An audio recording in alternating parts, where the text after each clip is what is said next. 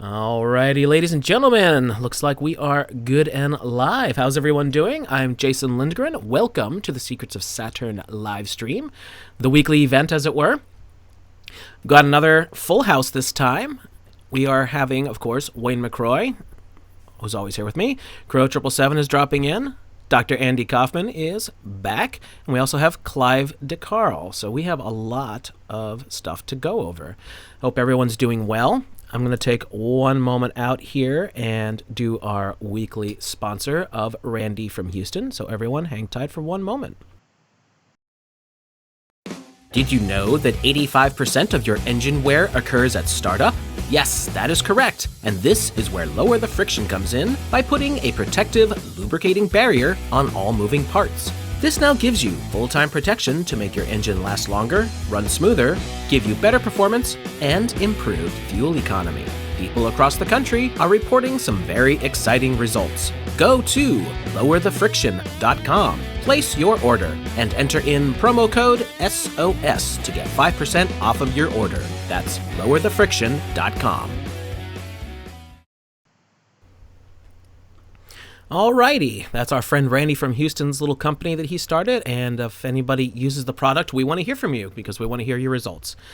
But moving on, all right, is everybody hearing everything good? Everyone here present and accounted for? Present. Here. Yes. Yes. Yep. All right, I hear my cat already is at my door wanting to come in. Okay, so anybody who has been here for a little while knows that Dr. Kaufman was on with us a few weeks back, and what we're going to start with are 5 questions that I kind of boiled down from a whole bunch of the comments that we were getting. And obviously he's not here to answer all those questions on my channel, so we thought this would be an interesting way to start things off and hopefully get some questions answered. So let me pull up the questions. You know, Jason, we should all get together and get Dr. Kaufman a Target t-shirt. You shop at Target, Dr. Kaufman? I've already got one, I think. You might want to start wearing that. Yeah, we feel for you, man, because goodness knows you keep shaking those tree branches. What kind of coconuts are going to bonk you on the head? Not the kind you eat, anyhow. By the way, I've had my trials and tribulations, but it's been a fun ride, I have to say. Thank you already for the super chats I see coming in. I'll get to those as soon as I can. I want to get this show on the road while we have time. So, we're going to start with the 5 questions. The first one, if COVID-19 is not a virus, what is making everyone all over the place sick right now and causing the governments of the entire world to put things on lockdown? I think that boils that whole concept down in one neat little package, do you think? Yeah, that's a big question. Well, I'll tell you, whatever is causing the lockdown, it's not related to any illness. So that's the simple part of that answer. But I don't actually see any evidence that there's anything that's getting anyone ill beyond the usual things that get people ill every year. In fact, in the United States this year, the all-cause mortality is substantially down, like 30% lower than last year. So actually, less people are dying, and I can talk about some possible reasons for that. But I don't see any evidence of a new disease. Now, the one stipulation I will make is there have been a couple of reports of a couple of discrete places where there might be people who are sick or dying of something that appears to be a unique illness. And I think some of those cases are explained actually by how they're using ventilators in the hospital to address this situation. They have changed protocols of how they would work with a patient in some kind of respiratory distress. And it's actually interesting that if you apply ventilators to a person who's healthy or doesn't really need it, you actually cause significant injury, and there's a significant mortality rate around 14 or 15%. So there may be some people that are having ventilator-related injury because they're being put on the ventilator prematurely and inappropriately. The measures that would normally be tried first and sort of titrated up to a full ventilator are now not being used at all for no clear reasons. So I think that there may be some people who are suffering from that, but overall, as we speak, there's no evidence of any excess mortality beyond the usual numbers. Yeah, that's one of the big things I definitely would like to address is, are there more supposed deaths than there normally would be at this time of year? And I've been hearing a lot of people saying, no, in fact, there aren't. So is that, are there some statistics or anything we can point someone to, or how would you want to address that, Dr. Kaufman? Yeah, well, one thing, the reason why it's important to just look at the overall or all-cause mortality is because the way that they're recording deaths related to COVID is really a sham. So in other words, the CDC and other health agencies have instructed doctors to put anything that is suspicious for COVID as a COVID-related death, even if there's not even a test. So, and they're even instructed not to perform a test if the person dies post-mortem. They're supposed to just label them as a COVID death. So these numbers are totally skewed. There have been reports of people with lung cancer deaths being called COVID, or even Alzheimer's deaths, and a variety of other things. So you can't look at the individual numbers that are attributed to COVID and get any accurate accounting of what's going on. And that's why you look at the total mortality numbers. And, so the numbers I've looked at are generally from like the CDC, at least for the United States. And it's a little bit challenging to find on their website, but you can find the information, and you can look at all the numbers. There's a week by week numbers that they give. So you look at the year-to-date mortality in 2020 and compare it to the several past years and see that the numbers are actually quite low. I got to add in, though, if you consider how many people die in traffic accidents in this country, and then you take a third of the year where the streets are basically empty, that one statistic alone, I imagine, would really skew downward the death rate. To the point where they're now touting places like New Delhi and LA have the purest skies you can imagine. There's no smog in the air. So, I mean, if that's a true claim, we can imagine that the number of vehicle deaths has probably plummeted.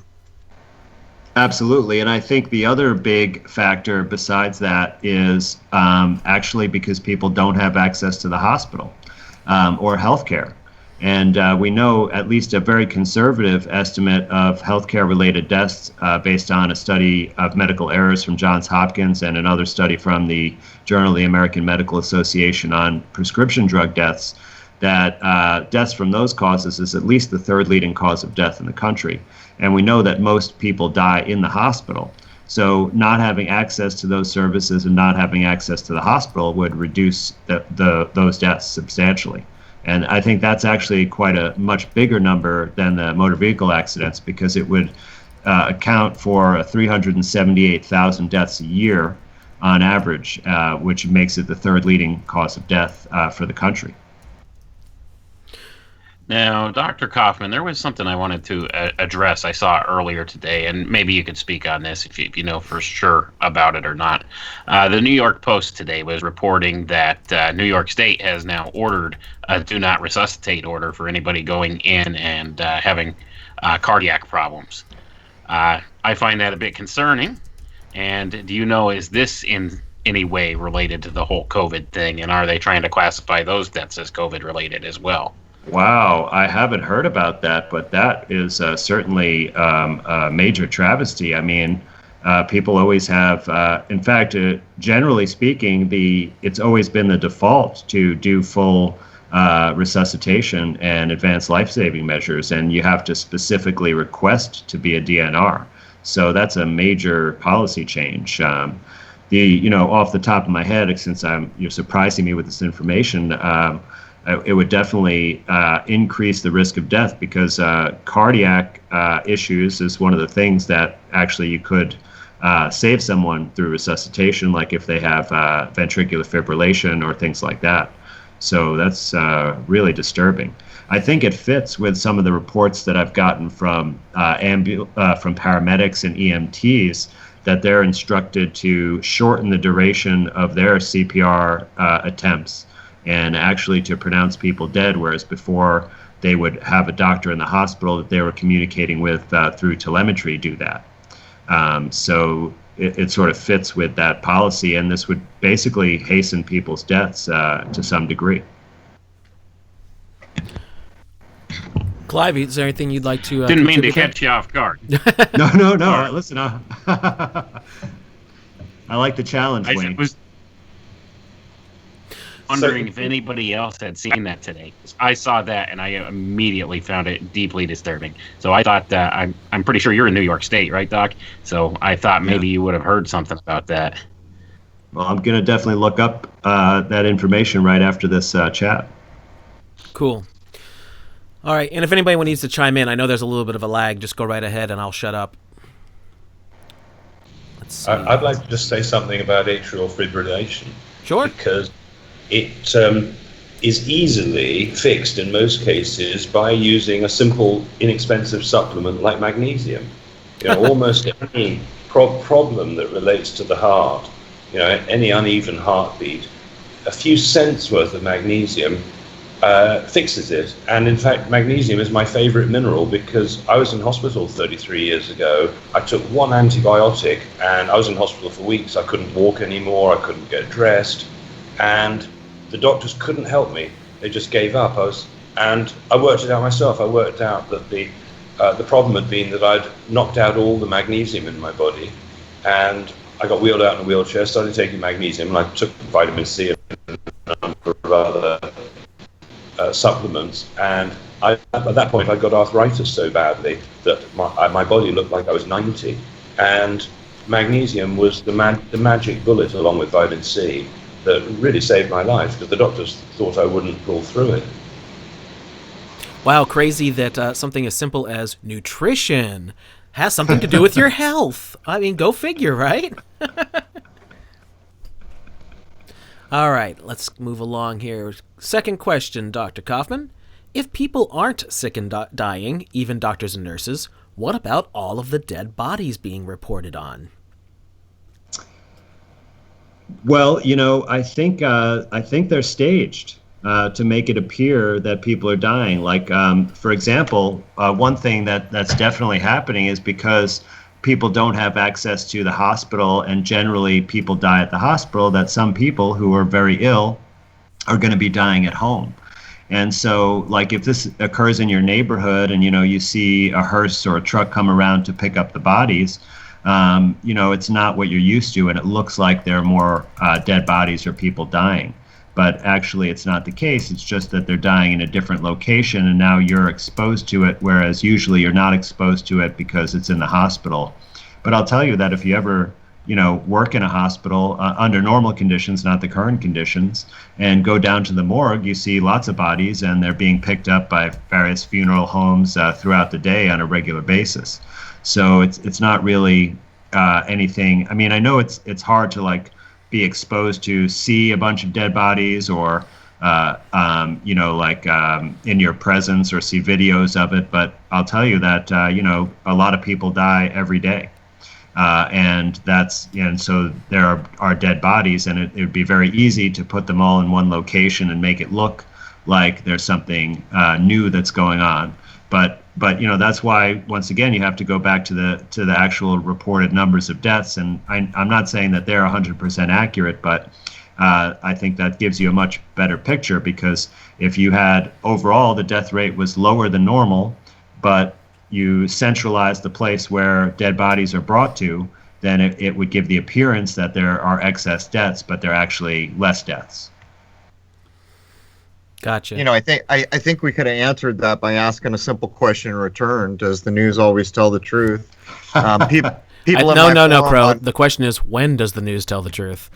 Well, as an example, in the main forum, one of the people in my main forum went out, recognized a funeral home that they were pushing on CNN. He knew where it was, so we went and he filmed it.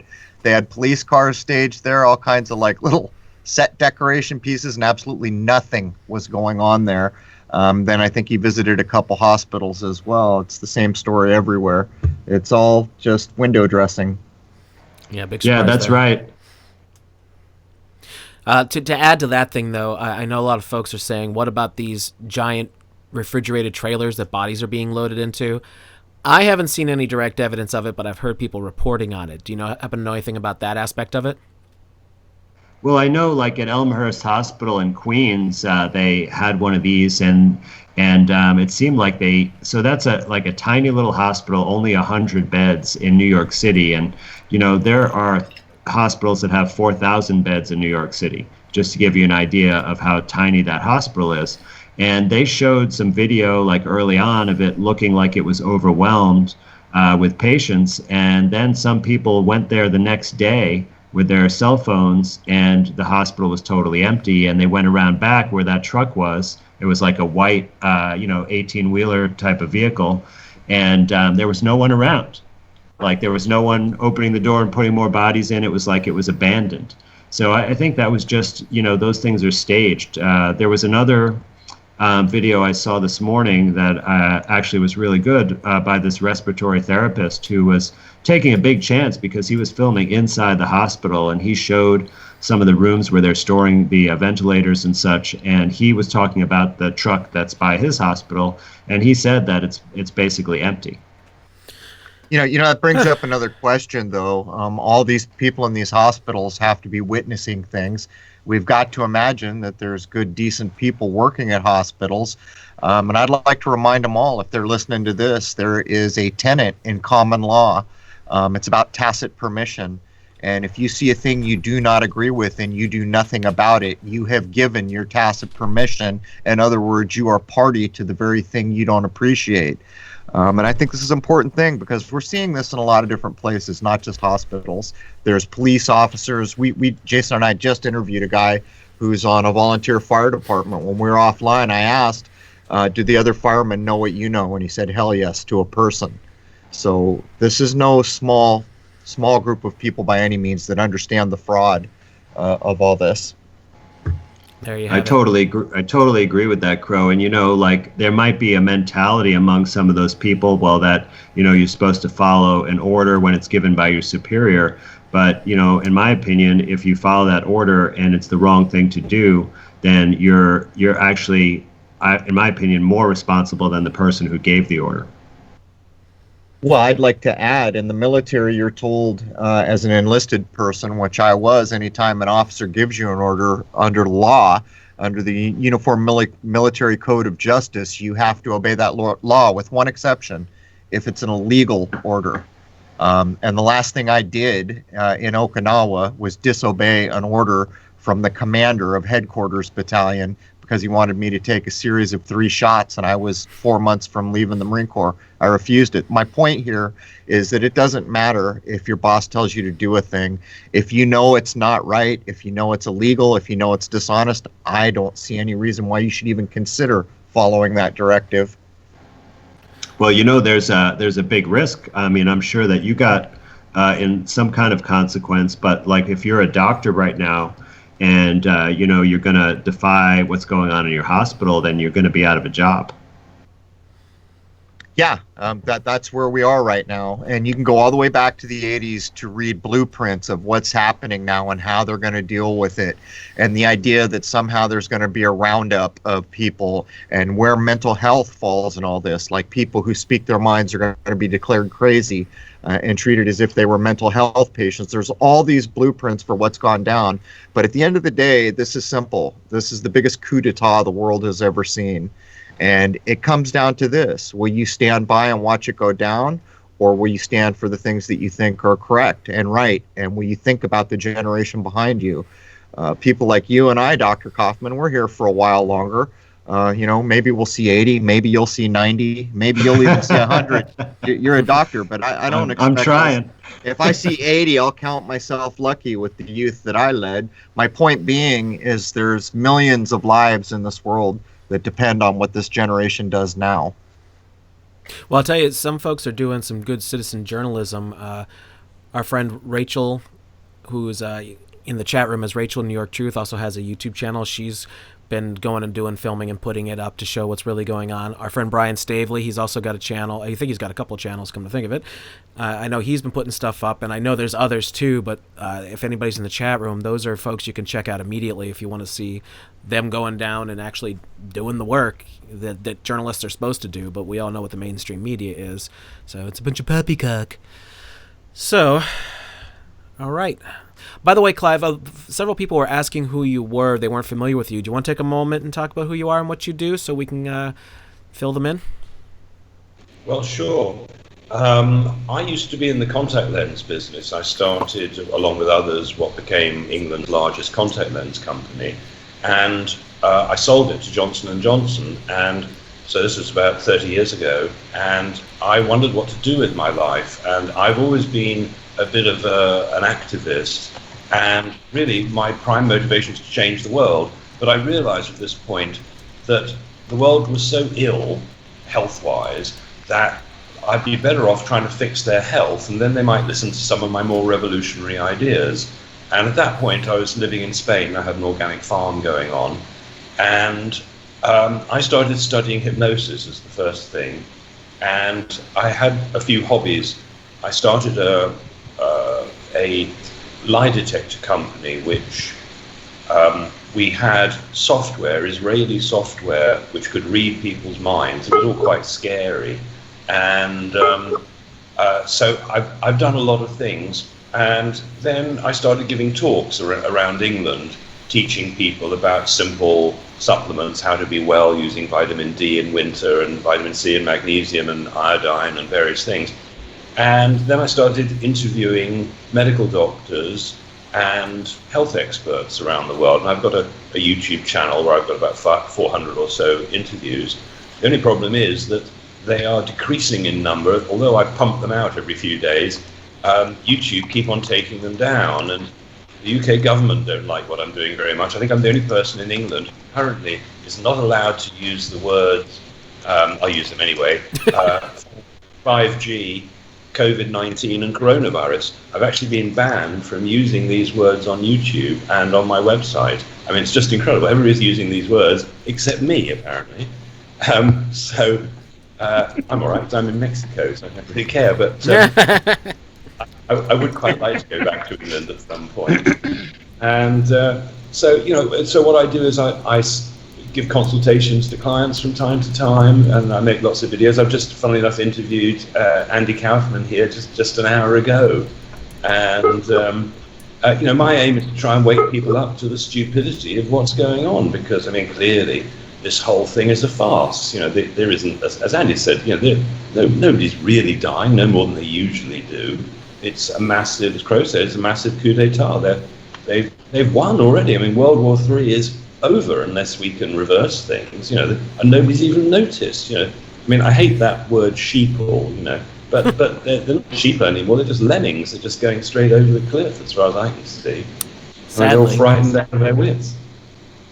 It's hard to get away from the TV when you can't get your own diapers off. So maybe we'll give them a little pass. You know, I hate to steal the term from Alex Jones, but I actually think it's appropriate. World War III is basically an info war, or an information and data war, and that's what they've used against everybody. Well, absolutely. And I mean, while I'm not the hugest fan of Alex Jones, he called his thing the prison planet, and that's pretty much what we are. Everybody's martial lord, and they call it lockdown, but they're not locked down; they're locked up. Well, when he got that from the Dune. Cliff Notes, he gets the Cliff Notes, so he knows what to say. That he does. But Alex Jones took Prison Planet from the book Dune. Your favorite science fiction book there, Crow?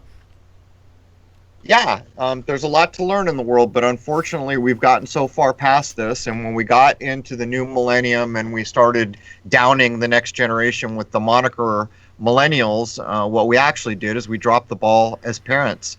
And not only did we drop the ball as parents, we dropped the ball as adult human beings, and we got sucked into this kind of entertainment digital wonderland, and we all got fat, unhealthy, drugged in many cases, and we lost our ability to stand up.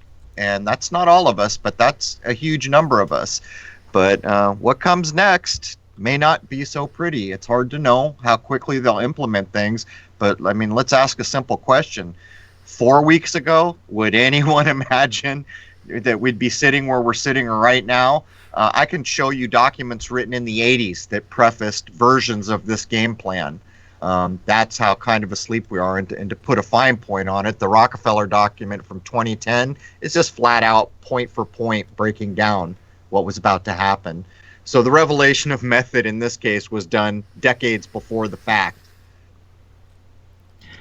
Yeah, they do play the long game. Crow, you're correct about that. And this stuff has been pretty well documented. When you go back and look at white papers going back to the 1980s from these different think tank groups and stuff, they had this well planned out. I mean, this has been a long time coming. It's just a matter of when it did finally show its ugly head. People just don't want to accept it because of cognitive dissonance and everything else that goes along with that.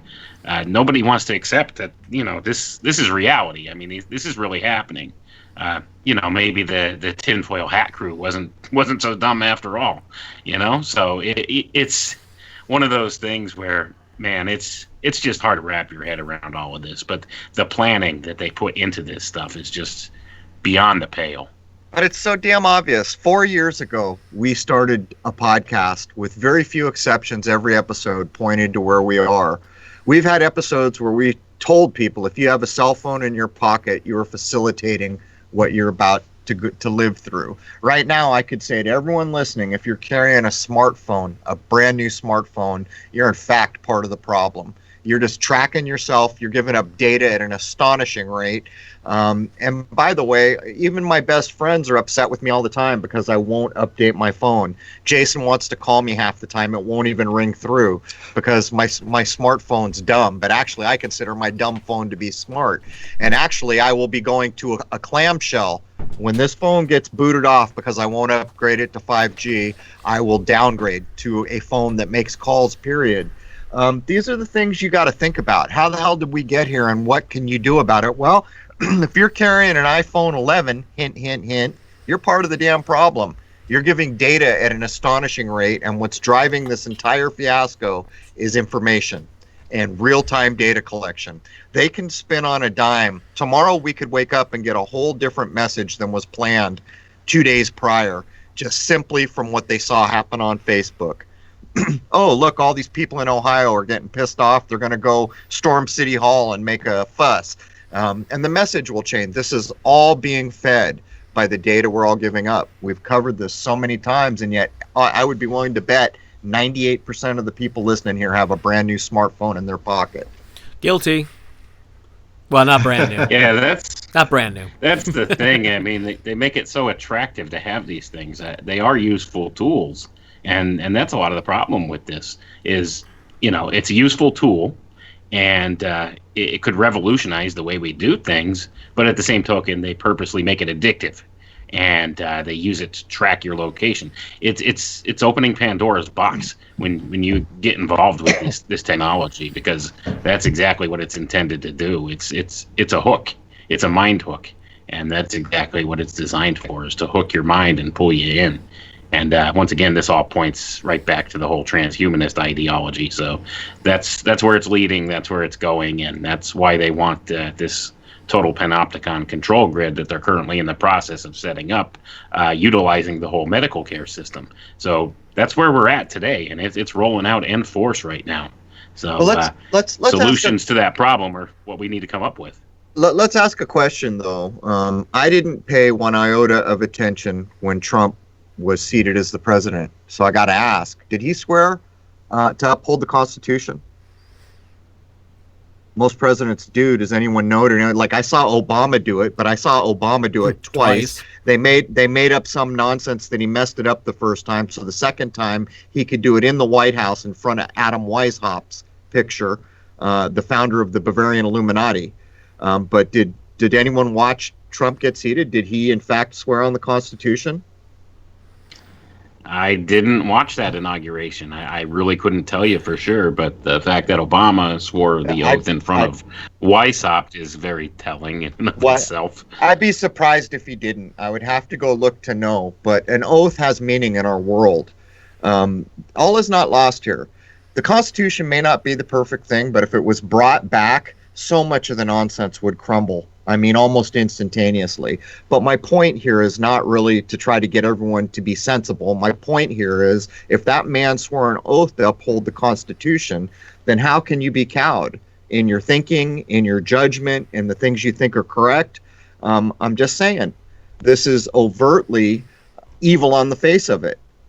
And so now's the time. Will you stand against overt evil, or will you cow down and watch some TV? Because that's basically what you're being asked to do. Dr. Kaufman, I don't know if you would know this or not, but if indeed hospitals, emergency rooms, and all that are turning people away, are we actually having a problem with people who have real conditions not getting the treatment that they would normally need if this situation wasn't going on? Well, I actually just talked to some people who work in the emergency setting in the last day or two, and I got some information about what they're doing. And so they are keeping the emergency room open. But what they're doing is that they're trying not to admit anybody. So they're, so they may have a much higher threshold to send people home after some kind of treatment that normally they would keep for observation or inpatient treatment. So I think, it's not quite the same. So they could send someone home that has a real serious condition by accident, because I think, there are some really skilled emergency department doctors, but they always have this option, like if they're not sure, just keep the person, right? And then they'll be observed. So if anything bad happens, they'll be able to handle it. Whereas now I think there's pressure to send everybody home. And so it is not quite the same as usual. And the assumption is, well, we got to keep those rooms cleared for these make-believe patients? Yeah, well, the hospitals have basically closed off almost all the beds except for COVID-related patients. And of course, they don't have nearly enough of those to occupy the beds. So that's why you see these videos of people in hospitals dancing around and recording stuff. And now things are getting so obvious, like they're laying off nurses all over the country. I've heard that. Yeah. And pharmacists and other professionals. And I even know people personally who are affected by this. And it's so obvious that if there was a real healthcare crisis, like the biggest one since the Spanish flu 100 years ago, we would need every single medical personnel to be right there on the front lines, not being laid off and out of work. Well, on the face of it, doesn't that say something about us as a society when your hospital won't take sick people? Yeah, absolutely. There's people being turned away. As far as I know, that's also unconstitutional. These are the things. On the face of it, we don't really have to discuss what's right and wrong here. Hospitals are for people who need medical attention. Right. It's on the face of it obvious. I've never seen a situation like this, in my entire career. Hospitals are always jam-packed, and it's always tough to get someone in. Now it's the opposite. It's just it's totally crazy.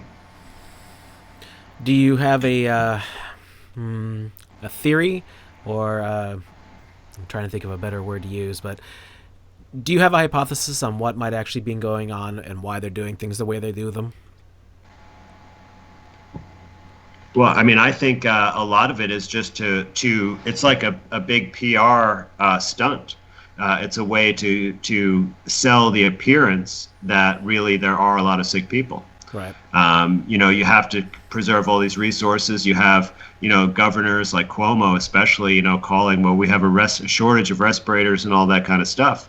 And, you even have, I mean, I don't really know the full explanation for this, but General Motors has suddenly got into the ventilator business, and they're able to suddenly manufacture ventilators.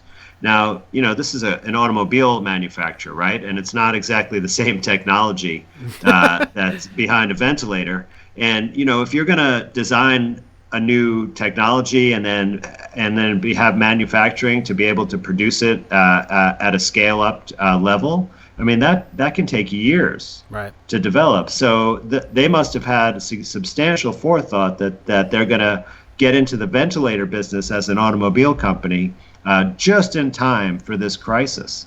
And so I think there's definitely some investigation that needs to be done looking into that. Any commercial on TV could tell you the truth, because it takes months to produce a TV commercial. There you go. Every commercial on right now takes COVID. If anyone in the chat room wants to help a little bit, go start looking up production dates for the COVID nonsense commercials we're seeing. But part of what's going on here is I think we can all deduce all the businesses we had are not coming back. All the people that we had employed are probably not going to get reemployed. This fits into the Pope's nonsense of the subsistence living payment, where a kind of socialism, whatever you want to call it, has come in, because now all these people don't have a job, so we'll pay you $1,200 a month. This is the direction these things are headed. But again, they didn't have the authority to do it. We were supposed to be a republic, or a democracy of a sort called a republic. They had no authority to switch over to socialism or fascism or a technocracy or whatever the proper ism is to describe what just happened. But my point is, I'm reasonably sure all the businesses are not coming back and all the people will not be reemployed. And that means hundreds of thousands of people that aren't getting paid. And when the government goes to hand them their socialist paycheck, they're going to say thank you, because everyone has to eat. Right. That is one of the big concerns that I've had pretty much since the start, is that they're trying to shift us over into a different form of government, if you want to call it that. They've already done it. Trump has given speech for weeks now without the presidential seal of the United States of America in front of him. Yeah, it's already happened. That's what I've been hearing. And not everyone, but that seems to be a thing. All right. And now with the rollout of this basic universal income idea, this is going to de-incentivize the workforce. So this is going to de-incentivize innovation. So you're going to look at more stagnation of the economy that way. That's basically one of the things that'll happen. That'll also curtail and coincide with runaway inflation and just a baseline price rise of pretty much everything across the board. So it's not going to be a good situation any way you look at it. It's really not. But I think this is the way they're going to roll in automation, pretty much everything. All they got to do is they're aiming for idiocracy here. I think it's pretty clear. All they got to do is legalize marijuana across the board next, and you've got a bunch of lazy people who sit at home collecting a free paycheck and smoking weed all day. I imagine opium will be free in a few months. Yikes! That would be quite deadly. All right, the third question. What would be causing the same symptoms in patients all over the world with the same labs and pneumonia showing on a CT scan? Well, how about pneumonia? That was my thought, too. Hey, by the way, people got sick before this nonsense started being touted. If you look, so I was having a discussion in another group earlier today, and someone was saying, well, what about the unique symptoms, of COVID-19? And they said, you should search COVID-19 unique symptoms in DuckDuckGo. And so I did this. And what came up was the first thing was a Mayo Clinic article. So I looked at that, and it said, cough, fever, weakness, fatigue, nausea. And I said, wow, those are really, really specific symptoms and very unique, right? Because I could list off 5 or 10 different disorders that would have those, right? A cold, the flu, pneumonia, pulmonary embolism, lung cancer, and several other things. So, very nonspecific and nothing really unique about it. So if people are, diagnosed with that, then it just fits one of those kind of disorders. But the test is also, it's extremely nonspecific, and it's not really clear what it's testing for because there's never been a gold standard where they isolated the virus that they could compare a test to. So since it's not been compared to the actual thing, who knows what it measures? It would be like you had a device that measures the brightness of the sun, right? But then you just put that out and you never actually compared it to looking up in the sky and just assumed that's correct. It doesn't make any sense. And so whatever makes that positive, it's going to be positive in some people with disease. Like in asymptomatic people, there was a group that tried to estimate the false positive rate, and they calculated to be about 80%. So 4 out of 5 people that had a positive test did not have any illness whatsoever. So it's pretty arbitrary. So you could just find 100 people with pneumonia of some sort in the hospital, and that probably half of them, or at least a significant portion of them, will have a positive test. So you just relabel them as this new illness, and then it looks like those people died, but they just are having the same illness that everybody's had. All right. Anyone got anything they want to contribute there, or shall I go to the next one? If I could just say something, one of my favorite videos of all time is made by Dr. Andrew Saul, and it's called Reverse Pneumonia in 3 Hours. And he has what his doctor says is viral pneumonia, and he decides to take 2 grams of vitamin C every 6 minutes. 3 hours later, all his pneumonia symptoms have stopped, his temperature's dropped 3 degrees, and he's feeling fine. Then he goes on to explain how there's a 20-pound baby that one of his colleagues has who has been ill for days with coughing and sneezing and all that. And the colleague says, well, how do I give vitamin C to a baby? And Dr. Andrew Saul explains, well, you do it any way you can. You put it in juice, you crush some edible tablets, and whatever you can. Anyway, he finds a way to give ridiculously high doses to this baby, and by the end of the day, the baby too is just fine.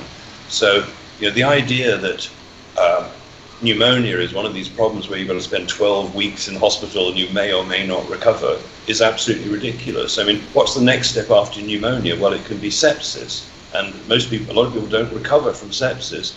But vitamin C fixes sepsis as well. There's almost nothing that's acute that vitamin C won't fix. With chronic problems, it becomes slightly more difficult. But, people need to wake up that there's this incredible material that's commonly available everywhere. Clive, I bet that gentleman had spent a lot of those 3 hours on the toilet. Well, I would say that would be a side effect worth having to put up with. Well, no, I actually think that's a big part of what makes it work, because you can also treat pneumonia with enemas and have great success. It's a way to get the toxins out of the body that are causing the illness in the first place. Echoes of Gerson. There's a number of people. You just cited 2. Gerson's doing the same thing, cleaning the toxins out of the body. There's only one way to do that. Comes out the other end. Right. So Dr. Daniels talks about this kind of, last-ditch miracle cure for people who are on death's door, just like you describe. And it's basically mixing turpentine and castor oil. And it has a very similar kind of effect. And can also save people's lives with sepsis and other, life-threatening conditions. All right. Question number 4. Where are the scientific papers and research that you're pulling information from to make your theories? And again, by the way, folks, this isn't me attacking Dr. Kaufman.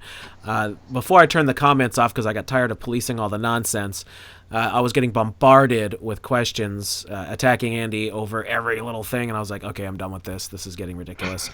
So I just kind of boiled these down from everything that was being said and at least let him take a stab at addressing some of it in at least a non-confrontational way. But take it away, Doctor. Yeah, sure. Well, try as I might, I guess I didn't provide enough well-referenced material, but at the end of my main slideshow, there's 2.5 pages of references. And so I'd be happy to distribute those to anyone through my website. And I believe on crow777radio.com, you are also distributing copies of the slideshow. And then I put out another PowerPoint presentation that I believe it's on Secrets of Saturn as well. And if you go through my website, I'd be happy to give you a PDF of those slides, which has all the references. But I'll tell you that all of the information I presented and really almost everything I've learned about this current virus situation with respect to viruses and exosomes, it all comes from peer-reviewed scientific papers. From journals like Nature, the New England Journal of Medicine, and various other ones. Why don't you say that again, Dr. Kaufman, just to make sure you've made the point really clear. Where are you getting your information from for the theories that you are postulating?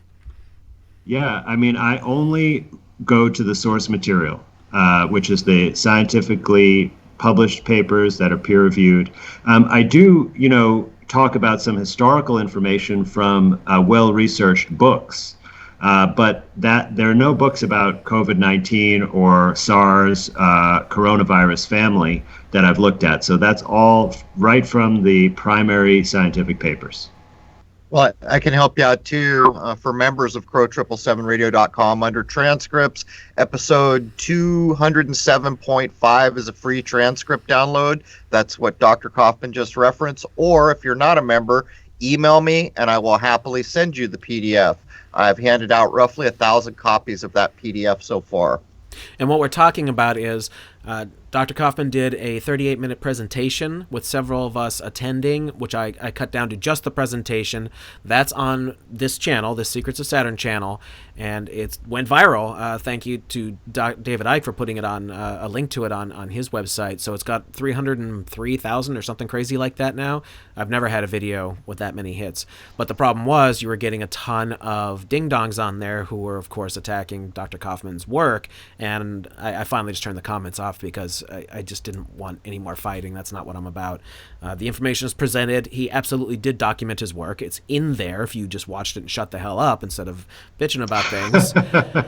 And good on you, Jason. Normally you're too nice a guy to do that. I always tell Jason, I don't put up with nonsense. If people are rude, they're gone. Well, no, I was deleting comments and blocking the people, but it was just...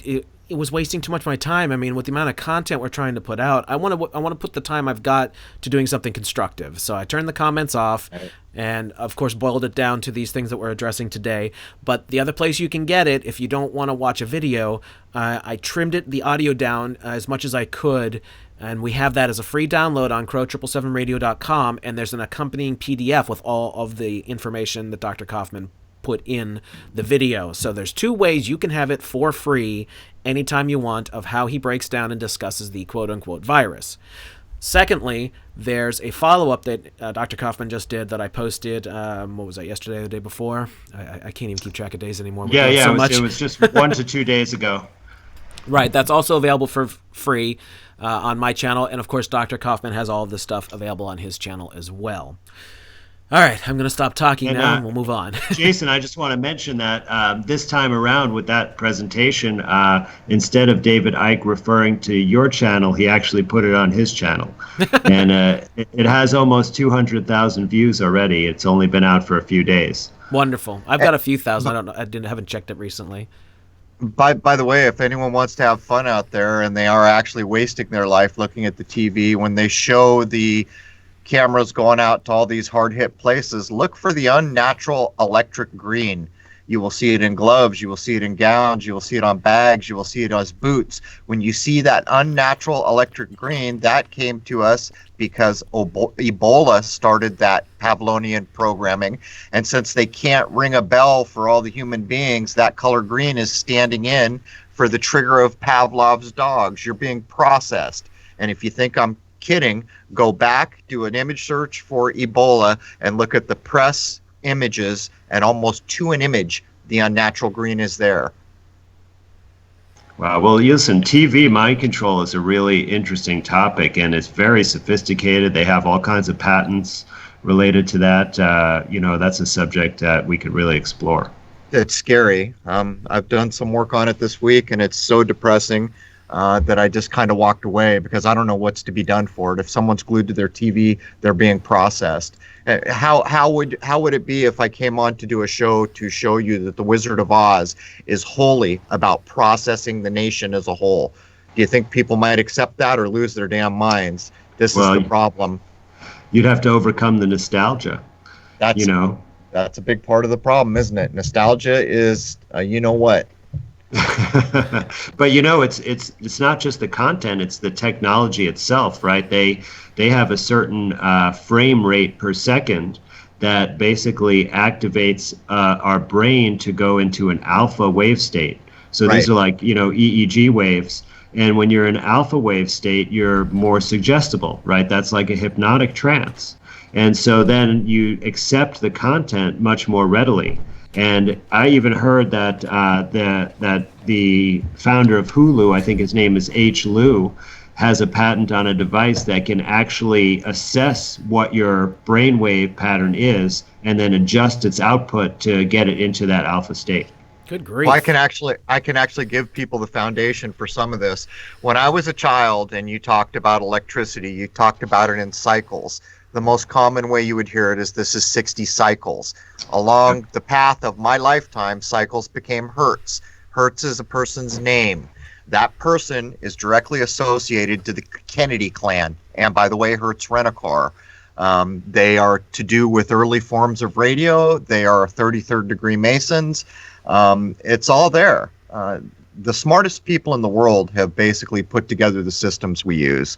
And whether you want to say it's their bloodline making them bright or they had materials that others didn't, I can't answer that question. But over and over, we tie these things, and technology is the bane of our existence. It's just hard to convince people who never knew the analog age that that's true. But then again, I'm still betting everyone listening's got their cell phone on in their pocket. And I've done a lot of shows to show what's being done with that.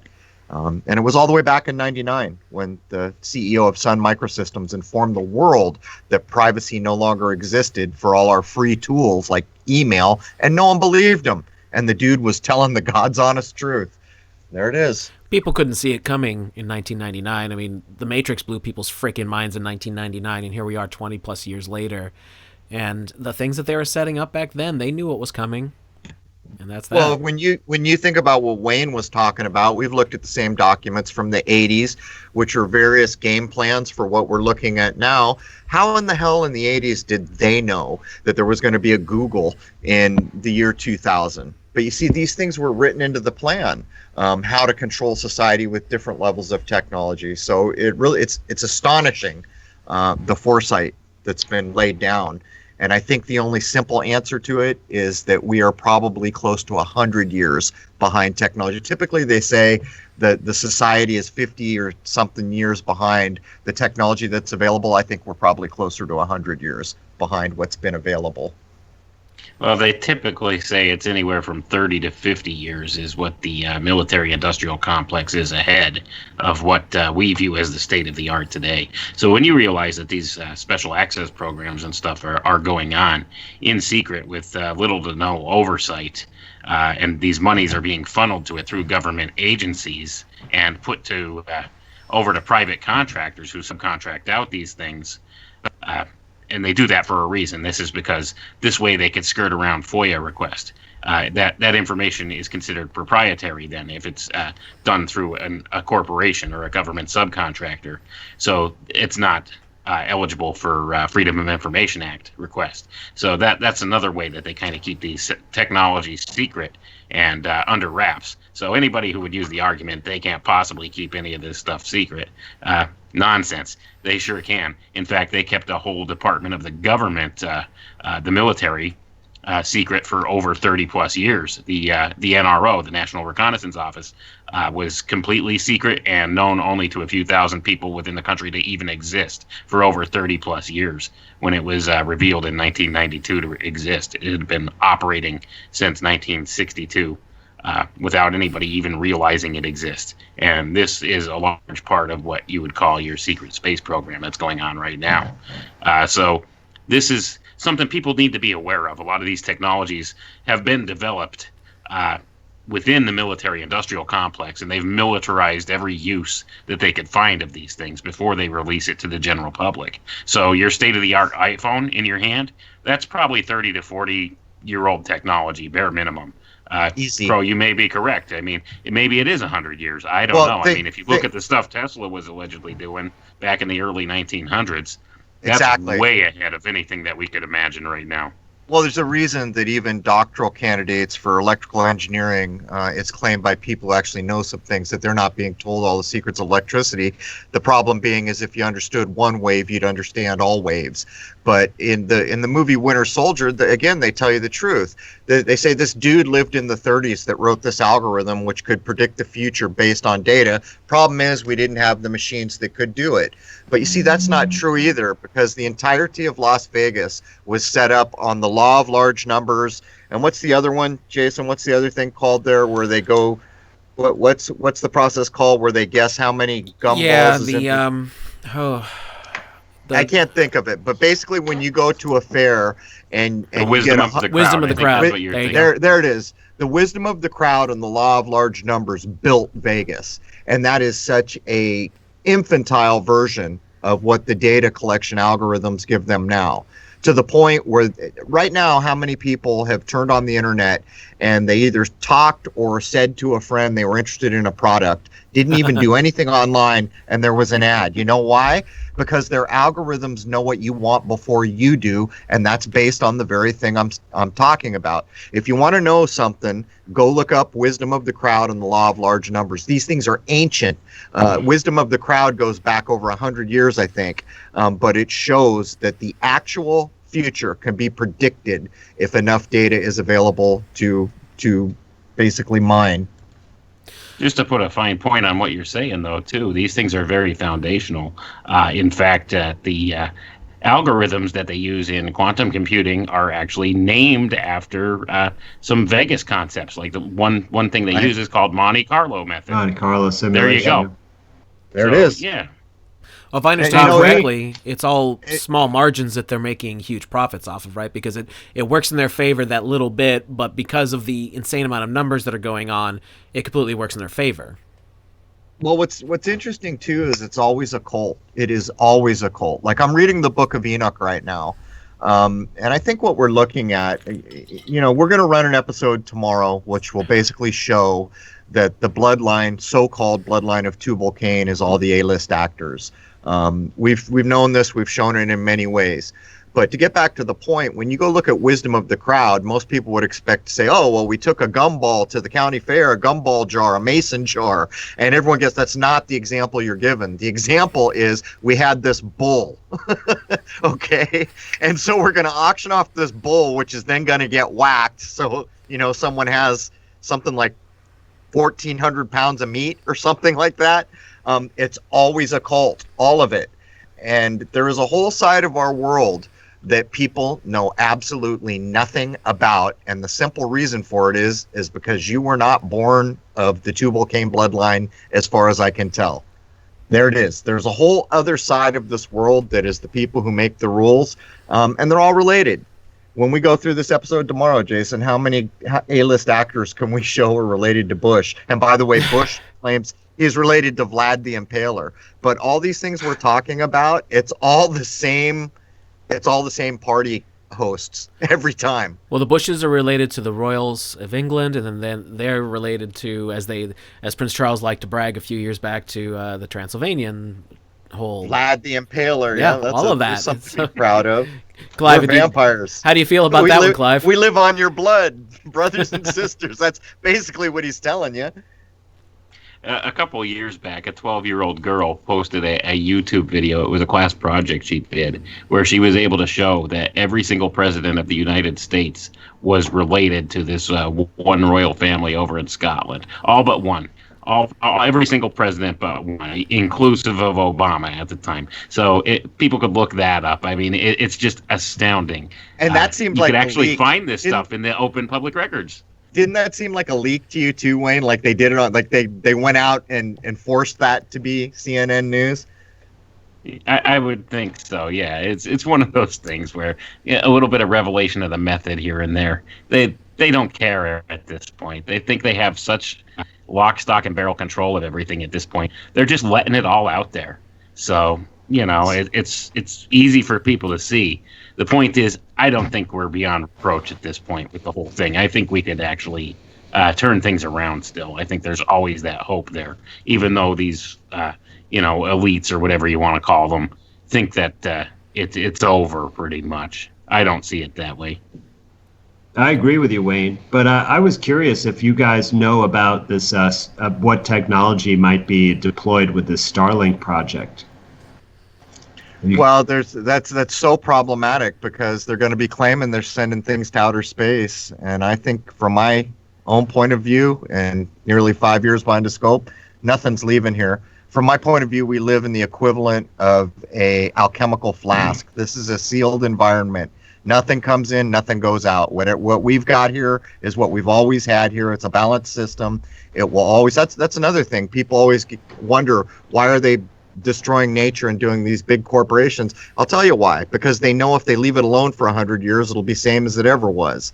That's how good nature is. But the Starlink thing is probably, if there's any validity to it, going to be some kind of a lighter than air device in our atmosphere that's just doing the blanket technology thing. It's got to be something like that. Hasn't it affected astronomy observers and such so far? I can't That's tell what you they're firsthand. saying. Yeah. I've read the claims, but I don't buy. I don't buy till I try.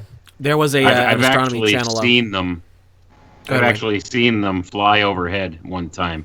It was a really weird-looking event because what I thought was an airplane at first, it turned out it was one after another. There were about 13 of them. They were equidistant apart. They were traveling at a relatively fast speed across the horizon. And after I had asked, I actually posted on Facebook, hey, what did I just see? Because I explained what it was, and somebody put up the map or whatever that said that the Starlink thing should be visible in my area at that point. And sure enough, I'm pretty sure that's what it was. So there's a real nuts and bolts technology up there. I would say it's probably low Earth orbit, if it's even that high, honestly, because I can't see how what he's saying the size of these satellites are. You shouldn't be able to see them as clear as I did if they're as high up as it's claimed, and if they're as small as it claimed. So it's one of those things. There's a definite technology that's there, but what it's doing, that's another story. Well, when the Huffington Post did a hit piece on one of my videos, and I'd had enough, we went out and got an optics expert, and we laid down the law. It's indisputable. These micro satellite things, they like to call micro, you can't see those things from basically 200 miles away. You couldn't. But I demonstrated in 2012 that there is an astonishing amount of technology over your head every night. Problem is, you can't see it unless it's backlit by something like the moon. But then I further proved that it's impossible that any of these things are in space, because the Huffington Post wanted to say Crow's an idiot, doesn't understand his equipment. This is a satellite and half geosynchronous that he filmed. That would be 11,000 miles.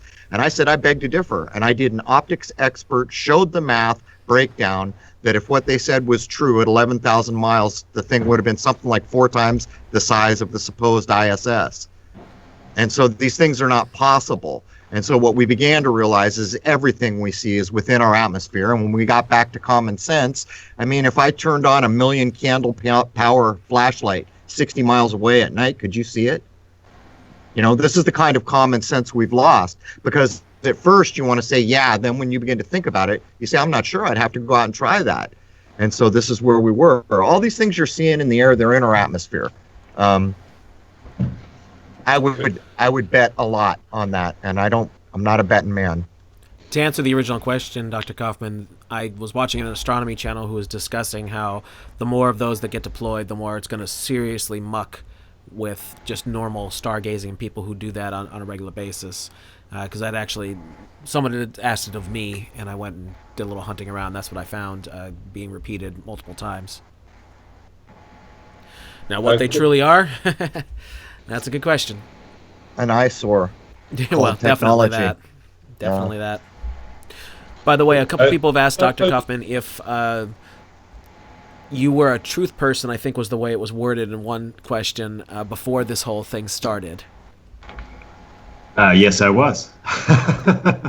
It's been about 4.5 years since I first started, looking at things from a different perspective and realizing that almost everything is really inverted from what the truth is.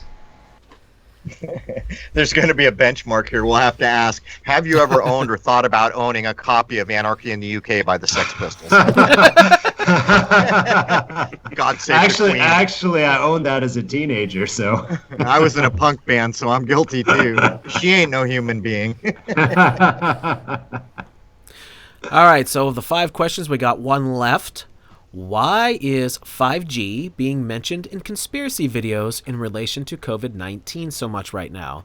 And in case anyone's been living under a rock, 5G means the 5th generation wireless broadcast service that all of our mobile phones run off of.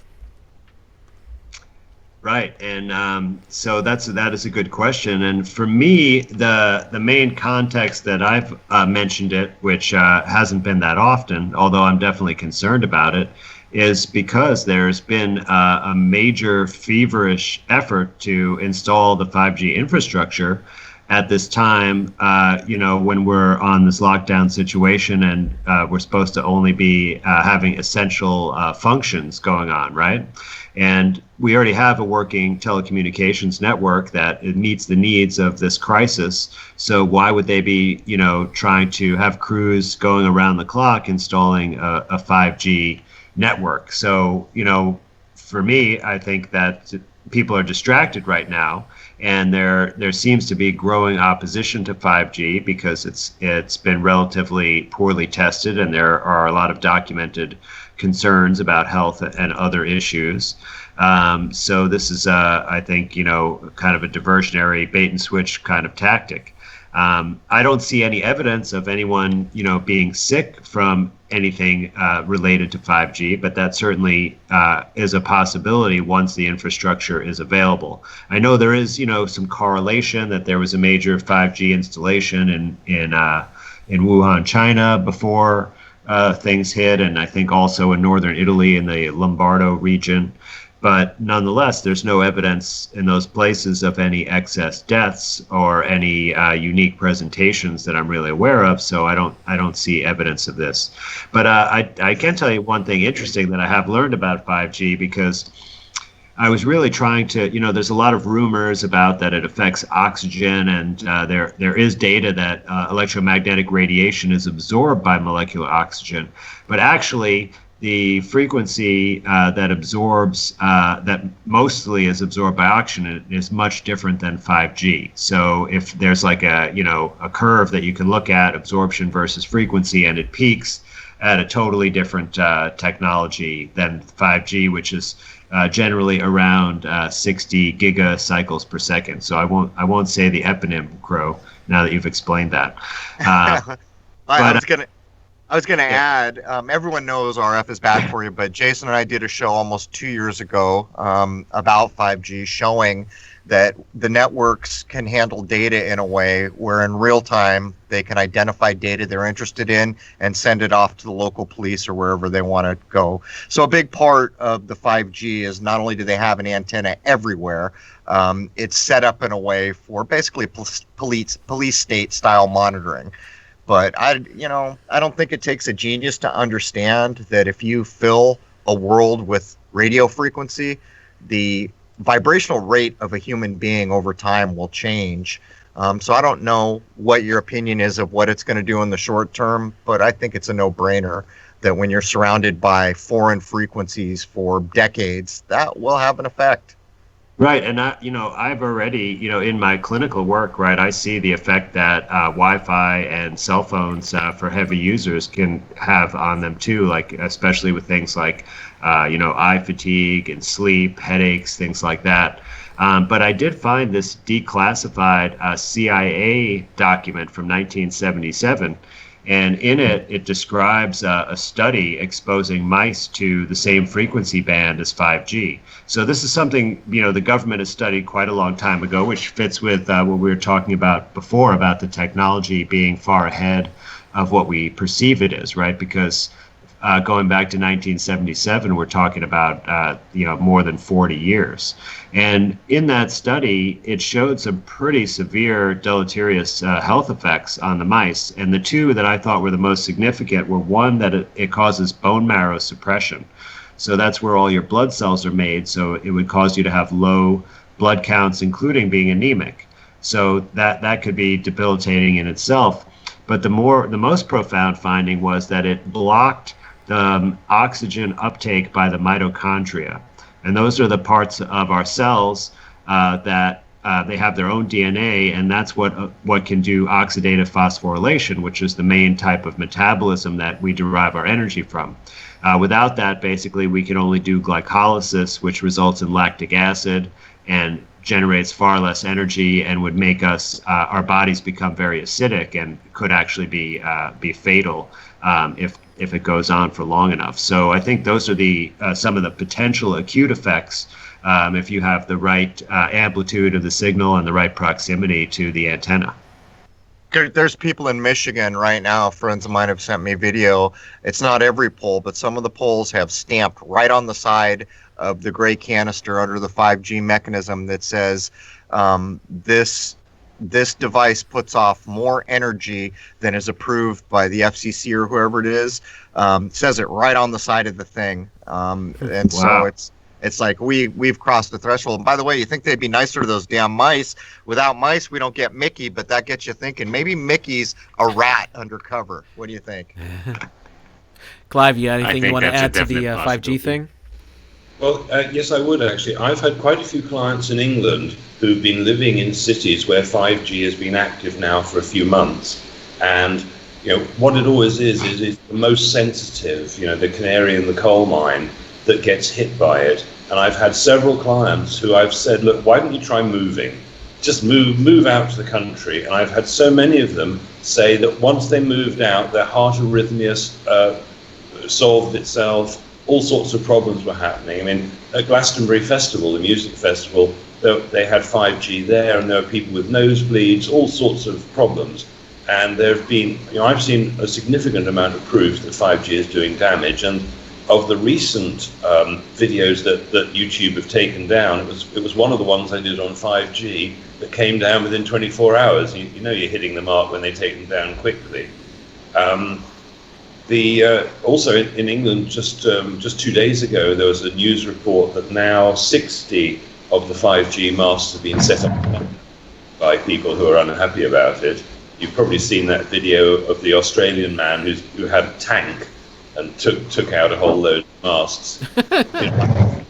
I believe that 5G is going to be used as a weapon, and I think there's very little doubt about it. And maybe all these big empty hospitals are to cope with the fact when they turn 5G up, because it's down to the power of the signal. I'd like to say something else about mobile phones. My friends are frustrated with me because I won't use a mobile phone. I've got one which I'll use in an emergency, but I never turn it on. And why this is about 10 years ago I was working with a medical doctor, and we had this client who had brain cancer. He had a glioblastoma, and I seldom get clients with glioblastomas, but that year I had 6, and one of them was left-handed. He had his glioblastoma on the left side where he held his mobile phone. The other 5 were right-handed, and they all had their glioblastoma on the right side. And Richard Branson, his best friend died from a brain tumor, and Branson said, we always used to make fun of my friend because in the old days when you had those big brick-type phones, he was the one who always had it wedged under his shoulder, and he was on the phone all the time. And Branson, who owned a mobile phone company, went public that he felt the mobile phones had contributed to his friend's death. So I think there's no shortage of evidence that radiation, whether it's microwave radiation or whatever, has contributed to some of the major diseases around. I mean, I remember listening to Thomas Cowan recently, who was explaining how he felt that the Spanish flu epidemic was partly to do with the introduction of radio and then radar in World War II and so on. And a few years ago, I put out this video of this woman who had been diagnosed with multiple sclerosis. The doctors had given her this diagnosis. She had all the symptoms of MS. And it turned out not to be MS. It turned out to be her plasma television. Her plasma television had some problem with it, a rogue frequency. And when they worked out that it was not MS, they took away the plasma TV. 6 weeks later, all her symptoms had gone away. So let's take the example. The ones that died in the 1918 flu epidemic, what if they were the canaries in the coal mine? They were the ones who were really susceptible, like this woman was really susceptible. But what if you go to bed each night and in an apartment, and behind you, behind the wall, somebody's got a plasma TV that's also got a bad signal, and you're wondering why you've got the symptoms of multiple sclerosis when it's the plasma TV from next door that's doing it. And I think that there are people who are super susceptible to 5G right now, and they're the ones who are having health problems, and they probably haven't put two and two together. It may be since the smart meter got put in their house, or the smart meter got put in their apartment block, and now there are 30 smart meters putting out a whole host of signals, and they're going to the doctor, and the doctor doesn't recognize what's going on. And I think there's an epidemic of problems like that from 5G, and I think, as you were saying earlier, we don't need it. We don't need it, but people believe that, I want to download a film in 3 seconds, so therefore I need it. But they want to live stream 4K walking down the street. It's ridiculous. It's like, come on, man. I'm picking up what Clive's laying down, man. Clive, Jason and I should follow up with you. I'd like to look at maybe doing a show with you. You're a man after my own heart, and I dig the fact that you're not a cell phone junkie. But guys, it's 10:30. I got to get episode 213 out in the morning. I'm going to bow out. So Andy, Clive, Jason, Wayne, you guys all have a great night. Chat room, have a great night. Be good to each other. There it is, man. Crow, before you bow out, do you want to take a moment? We'll talk about what we're releasing tomorrow. We did an episode with Mark Devlin to basically show that the entertainment that everyone's being stuck at home with right now, that everybody loves, is the enemy. You're sleeping with the enemy there. They're all from the same bloodline. They have been mostly since the beginning of time, to include all your presidents. And they're dark hearts, basically. Let me ask you a question. If everything we've said tonight is correct about the state of the world, is that an angelic being doing these things or a devilish being doing these things? I'm just asking. Doesn't take a genius to know. And the point I would make is, as you're stuck at home watching your favorite Marvel or Disney movie, what you are looking at is the mechanism that made the bed you're now laying in. And we're going to go at it tomorrow with Mr. Devlin. Anything I dropped there, Jason? No, that sounds great. As always, Mark totally knocked it out of the ballpark, as he always does. And maybe that's someone else we got to get Dr. Kaufman on with, too, because I'm sure they would have an interesting chat. He doesn't mess around. He knows his numbers. He's done his research. He can recall. He can back up what he says. Not only that, he's taken the work that McGowan did light years beyond where McGowan was heading. Yep. I guess you give credit to a guy like McGowan for cracking the egg, but Devlin's showing how you make an omelet. Well, McGowan was great. Unfortunately, he passed away, so who knows where he would have gone with it. That was his first book that he put out, as far as I know. And, man, it's just a shame he passed so soon. But anyway, I'll let you go, and you have a great night, my friend. All right, Rose, let's plan to follow up with Clive. Clive, it was very nice to meet you for the first time. And gentlemen, have a good night. Good night, Crow. See ya, man. Have a good one. Just to kind of go back to the whole 5G topic for a minute there, and the whole topic of microwave radiation and things like that. It's well documented the effects on the human body and the human mind that these things can have. In fact, there's a military project called Project Pandora that people could look up that is a well-established military project, and many aspects of it are still considered secret or top secret today. You could get the declassified document online pretty much anywhere. All you got to do is type it into the search engine, and you could get the declassified portions of it. And there's also a sub-project of this called Project Bizarre that talks about the ways that these radiation types and microwave frequencies can alter human behavior as well. And this was well established. This was back in the 1940s, if I remember correctly, that they were actually doing these studies. That's when this Project Pandora came about. And I think it was under the auspices of the Army at that point, or Army Intelligence, but I think it's all subcategorized as Department of Defense now, if I remember correctly. But that's something people could look up if they want to pursue this avenue of thought a little bit more, to kind of see just what it is that this technology is capable of. Not to mention the fact that the technology that the 5G network is based upon, these millimeter waves, are actually used in military applications for the active denial system. And this is a beam that they use that's tuned to a frequency of, I think it's 96 gigahertz. It's a 5G type frequency, a millimeter wave frequency that they could use for crowd control. And what this does is it hits the subcutaneous parts of your skin and makes you feel like you're on fire. And it's so uncomfortable, it makes people run out of the way of the beam. They can't do anything else. So this is also a possible application when you put these giant cell towers up everywhere with these directed beam capabilities on it, which they do put on some of these towers and devices so that they could direct the signals the directions they want. If they could tune that to that gigahertz bandwidth, or whatever you would call it, that 96 gigahertz, if they could tune it to that, they could use it to actually cause a pain wave in a directed way to, say, a crowd. They could use this for crowd control. If somebody's protesting in front of a Capitol building, like has happened earlier this week in several capitals around the nation, if they have this tower or this 5G mast sitting there, if they want, they could direct this active denial system weapon at that crowd there and make it disperse. There goes your right to protest. I mean, this is really going to change the face of what the world looks like. Your freedoms as you know them will disappear when this network is fully snapped into place. So just so people understand the things we're talking about here, and this isn't woo-woo science fiction tinfoil hat stuff. This is all well documented. So if people want to look up Project Pandora, it's very telling. Wow, that's some really good research, Wayne. Thanks so much for telling us about that. That is Wayne's thing. He when he's got it, he's got it.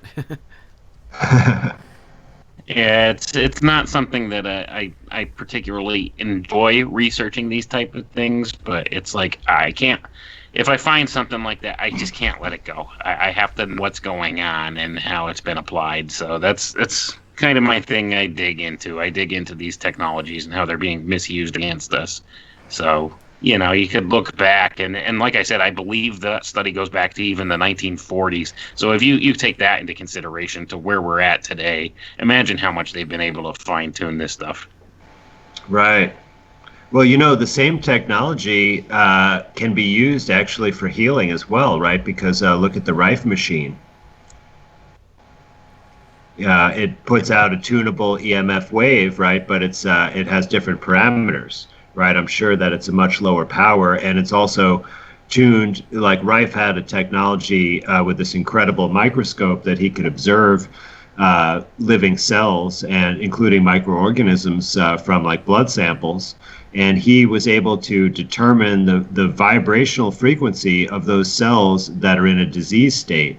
And then he would basically use the wave generator, which was tunable to different electromagnetic frequencies, radio wave frequencies for the most part, and apply those to the person as a therapeutic maneuver, but it had to be the exact right frequency that he observed the disease, and of course it was done in very short bursts. I'm sure at much lower power, and so it's interesting how the same kind of technology can be used for healing as well as used for nefarious purposes. Right, and that's the whole thing. I mean, there are good uses for these technologies.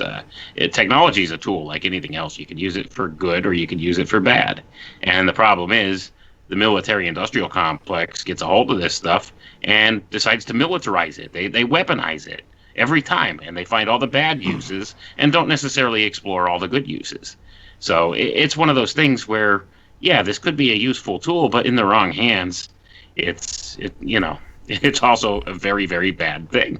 So it's a fine line that we skate on here with this stuff. Is we need to have innovation, but at the same token, we don't want something that's going to be totally dystopian for our future with these technologies. Wayne, when I was in the medical device business, I had a startup medical device company for a year, and I had come up with a way to actually detect suicide attempts, like inside of a jail or a prison setting primarily. And I was encouraged actually to look for funding from the Department of Defense and DARPA. Oh, wow. Yeah. That tells you a lot right there, doesn't it? That should tell you something. They do. They're a major contractor of a lot of these different innovations. If you have an idea like that, you better believe they were going to want to find a way to weaponize that. And I wouldn't be surprised, honestly, if they went and stole your work that you already had and are looking to use it in some other way right now. So just putting it out there. Yeah, I'm sure that's a possibility. They even if it's patented, I'm sure they could access it.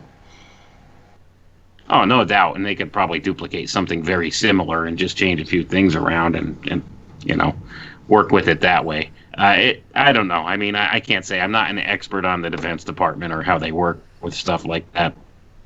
Well, I tell you, some of the research I've done, I know that they take things like that and will find a way to weaponize it. Well, they had a lot of money for grants. I mean, because I looked at various government agencies because, it's really hard to get money to develop a new technology. And so I looked at things that I thought would be more relevant, like the National Institutes of Justice, which is part of the Department of Justice. They had very, very little money for grants, for research grants. And the CDC and the NIH, there was money for different kinds of things. They're really funding like drug development. But DARPA and DoD, any medical technology, they've got tons of funding announcements. I mean, really, they put a lot of effort into finding medical technologies, and I'm sure you're right that they are basically looking for specific things that they have ideas about how to weaponize them in some way. Oh, no doubt about it. And when you're looking at other places like what you said that have the just a little bit of funding, you got to remember the military. They have insiders in the political circles that will steer the funding their way more so than like some of these other lesser departments. It's all a matter of what's the big revenue generator. Military is a huge revenue generator when you look at it. They got monies rolling in like mad, whereas say the Department of Justice or something like that may not necessarily have as much rolling in, because a lot of that, I guess, goes to private sector, like prisons and stuff like that, if I'm not mistaken. A lot of the prisons are privately run, from what my understanding is. I don't know. I don't know much about that. But No, that you're absolutely right. And actually, like one of the things under Obama's administration that occurred is he contracted out private facilities for like immigrants who were detained, who were looking for asylum or who were being adjudicated for deportation, and those have been all privatized as well. So it's big business. So big business. It is big business. So it seems to me there's less government bureaucracy involved with that. Whereas the military, that's where they get their funding from, lock, stock, and barrel, is government programs. So they're not like a for business or for-profit kind of business, like these prison systems are. So they're not generating their own income per se. Everything they're doing is through government grant or through taxpayer dollars and that kind of thing. So they have a lot of this money at their disposal because of their lobbyists in Congress. So they're the ones that have the money to throw around towards these more radical medical projects, that things like that you would call, not something that's directly like a new drug manufacturing thing or something like that. So this is where a lot of the monies come from, and they always want first dibs on anything new that comes out. The military, they always get first dibs on it. Well, it's interesting. Now I'm thinking back, and I hadn't made this connection before, but what the big buzzwords were that everyone was funding back then? It was biometrics, right? This was the era of the Apple Watch, or I forget the technology that preceded that, right? The Fitbit, that's what it was. The Fitbit, right? And it was all about biometrics. And what's going on right now, right? They call it contact tracing, but it's really, biometrics. They're monitoring our health status and then using that to, grant or deny privileges. So I wonder if, the real push from the government to fund that research was really related to the current operation. I don't doubt it for an instant, because biometrics, that's a big time thing right there. That's something that they're rolling out right now. I mean, this is what they're doing. They're collecting biometric information. That's what this whole COVID thing's all about when it comes down to it. They're collecting all your biometric data, all your genetic data, all of that. It's going to go into a giant database, a blockchain-based utility. You're saying so you that think the that information doesn't get lost. Wayne, you think the COVID tests are actually a clandestine way to get just genetic information about you? You think? Well, listen, I think even the RNA that it's supposed to test for is actually our own. The sequence that it's they say on the face value that it's testing for, but certainly the samples provided would contain more DNA than that. Yes, they would, wouldn't they? And where's all this going? That's one thing I haven't had time to really research yet. I'm sure this is going into a centralized utility, probably something run by maybe World Health Organization, if I'm not mistaken. But yeah, I mean, there's different things out there people could look at. If you think this is just way out there or whatever, look up something called the Global Alliance for Genomics and Health. They've been collecting genetic data from people for quite a while now, and it's put into a blockchain utility. And this is accessible by researchers around the world. Now, they claim that your information is kept secret. They always by, do. What right, they do is it's they de-identified, right? Right. They assign something called a GUID, or a Global Unique Identifier Number. So all your biometric data that they've collected, or genetic material data that they've collected, they identify with this number. They put it in the database that these researchers could access, and boom, lo and behold, they don't know who you are, but they know basically everything about your physical makeup. So, and this is all tied into a blockchain utility. So when you look at it from that perspective, and then you take the take on it where they're loading it through an artificial intelligence grid, if you think for one instance the artificial intelligence can't figure out who you are, you're sorely mistaken. So your information's going into this blockchain utility.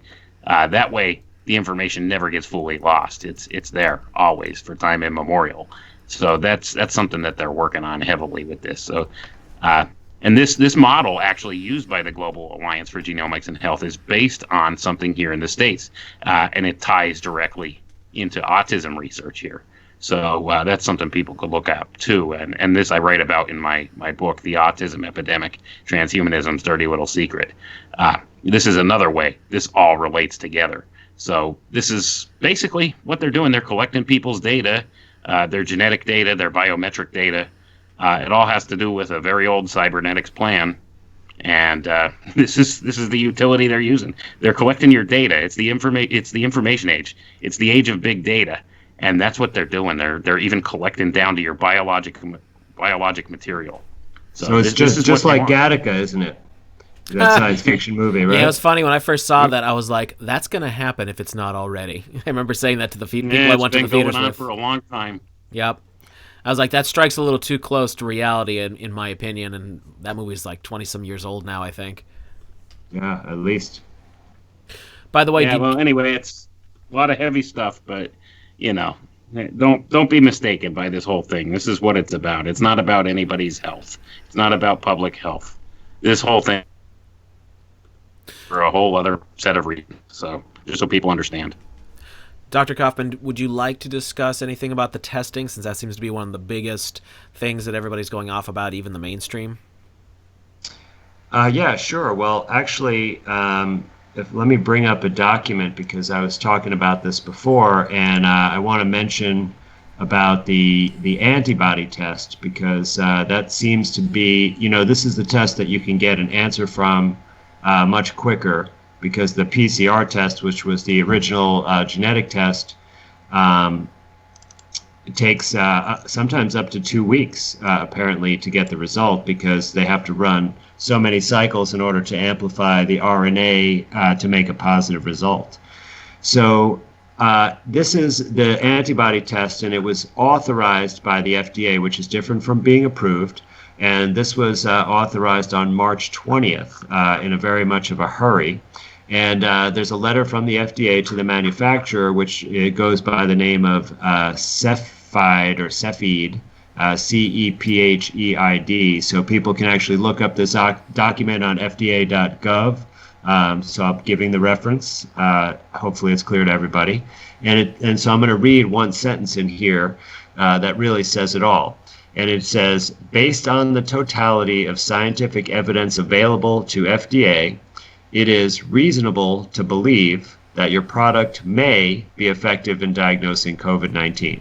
So they used basically 3 words, reasonable, believe, and may be effective to make sure that they tell you that they don't know what the heck it's testing for. Well, none of that is definitive language. Yeah, it's it's 3 times removed from anything real. And so you're going to get a test that, may be effective, it's believed, possibly, right? So I wouldn't take those odds if I were you. because if you get labeled positive, and that's going to go into a database, probably several databases, it's definitely going to get reported to a local health authority, and then it's going to go up the food chain, to the CDC and other agencies. So Wayne, this is even, besides any clandestine testing that they might do on your blood sample for this test. It's just going to be inaccurate, and then you're going to be put on a list somewhere. I just had a crazy conspiracy thought. Is there anything else they could be testing for or looking for or doing anything with these tests, since they've got a gazillion people shaking in their underpants about this whole thing and running out to get tests at their local establishment? Well, of course there could be, but what would you'd have to know what the purpose, what they wanted to know was. Obviously, also, with respect to what Wayne was saying before, I think it's really easy to collect a lot of DNA samples from people. Like they did have those companies that they're still around, like 23andMe, where people, want to find out about their, ancestry, if you believe that you can find that out from genes. But, they voluntarily basically give up all their genetic data to some organization and then pay them money, and that the value on the secondary market of that information is going to be much bigger. It's just like when you sign up for social media, they make most of their money from selling your information. So that is really valuable. Like data is one of the most valuable things. But if you wanted to get DNA samples, you could just take it right off of a drinking glass at a restaurant. You can get it from even those tests like 23andMe, all they do is put a Q-tip in your mouth, right, and rub it on your cheek, and there you go. That's all you need. So very simple. You could take it off people's toothbrushes, or there's all sorts of ways to get it if you really wanted it. You wouldn't necessarily need a blood sample, but that certainly would be, you could, once you have blood, you could do all kinds of testing on it. And you just have to have the right infrastructure in order to get that done. I think there's an added element to the whole thing, though. I think there's something proprietary about it, too, with the collection of the DNA sampling through something like this COVID test. From what I recall, I think it's about putting a copyright pretty much on your genome. I think that's what it's about. Somebody else will own the copyright of your genome. I've heard Alex Jones scream about that a lot years ago. That's one of the things that could be done with it. I think that might be an aspect to this, and this might be one of the reasoning why they would go about it in this fashion. So this way they could put a name to the material, because if you're just collecting a random sample from somebody somewhere, something off a toothbrush, or you're going to get a lot of contamination, or drinking glass, and you might not necessarily know who was the person that material belongs to. Well, this is a way to really put a name to it and put something proprietary on it, and maybe copyright your genome or something. I think that might play in as a factor to this too. I know it might sound a little out there for people, but maybe it could become the new birth certificate. Maybe. Wait, right? Maybe. A digital identification that's tied to your what would they call that? Like a biometric kind of thing? Well, because the paper, like the way law works up to now, right, is that everything is done on paper, right? This is why we have paper currency, right? And you have certificates, and certificates represent financial instruments. But we're moving to a completely digitized world, right? And at some point, it would be seems inevitable that paper is going to go away. So they need to figure out how to represent the paper in the new system. So, I haven't fully thought this through because I need to have more conversations with Wayne. But Wayne, like you get me thinking, like could they somehow use the signature of your specific unique genetic sequence as a way to have a digital certificate to represent your franchise? It's a very compelling idea. I'll have to investigate it. Right, and that's another thing they're talking about, a certificate of vaccination ID that goes along with this whole COVID idea. So that's tying right into it too. And then you couple in the fact that Bill Gates and Microsoft it just released a patent on March 26th that they filed for with in the World Patent Court. Which is actually patent number 060606. Yes. For anybody that's interested in looking this How up. obnoxious. About tying cryptocurrency to a biological system like this. So if you're rolling in the money system with your whole identity, everything all together, social identity score, you name it, and have it tied to an artificial intelligence control system that tracks you through a blockchain utility, so none of the information ever gets lost. So everything you do from time immemorial is recorded through this artificial intelligence system, through this cloud system.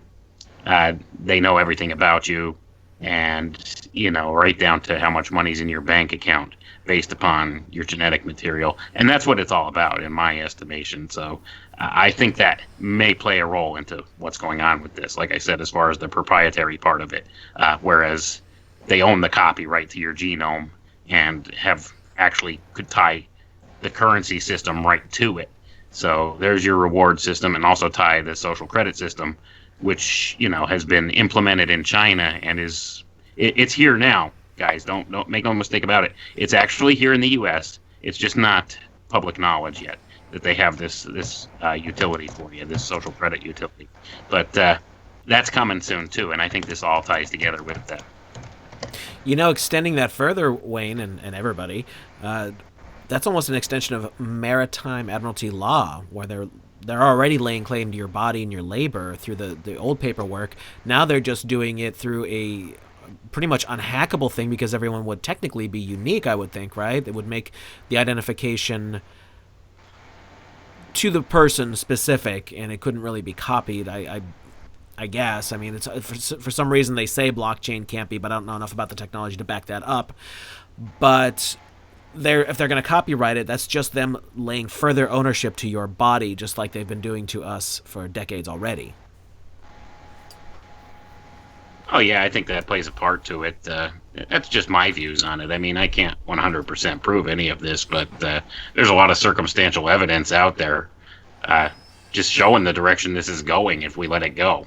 And that's why I think we need to just stand up and say something at this point, because they're steamrolling us right now with this whole COVID thing, with the lockdown and everything else, while they're quietly out there putting up the 5G infrastructure. And here we are trapped in our homes and going out, putting masks on our faces and, just bowing down to what they're telling us to do.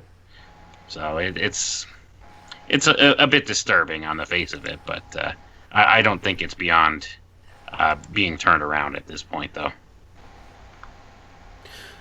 By the way, Dr. Kaufman, I got an email question the other day. I figured I'd throw this at you as well. I had a question for Dr. Kaufman, or maybe something you can hit. You and me, Wayne. I know you know a bit about this. I feel like I have Morgellons, but when I researched this, there were a lot of bad things written about it. It seems like it's mass hysteria. And I see those kind of bad things. Now, this is the parasite thing where you think you have parasites on your skin. Yeah, right, under your skin. Morgellons. Yeah. So this, I've actually, that's a relatively new name for it, but this kind of condition has been dealt with in medicine and psychiatry ever since I was, trained in the field. And there's different names. They called it like delusional parasitosis and things like that. And I've had a couple of patients with this issue, but I didn't follow them in the long term. I just saw them briefly in the hospital or a jail setting. But, I think it's quite interesting, and it could actually represent parasites. So I haven't worked with anyone with this issue. I'd be, interested or happy to consult with someone. I could learn more about it that way. But, I think there's definitely some confusion about what's written about it. And mainstream medicine would definitely take something like this and claim it as a psychosomatic type of reaction. And that's probably what the person who wrote the question was concerned about. But I think it could be a real experience, and a lot of illnesses can be related to parasites, which generally the parasites are opportunistic and they only hang around when there's a lot of toxicity in the body.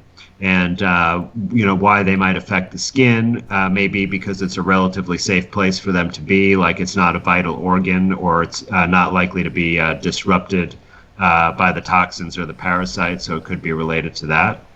And most likely doing some kind of cleansing would be the thing that would work the best to relieve it. But I would definitely have to know more details about the individual situation to say so. But if you're really experiencing that type of a symptom, it's a real thing. It's not all in your head, and it's worth looking into some alternative answers to figure out how to address it.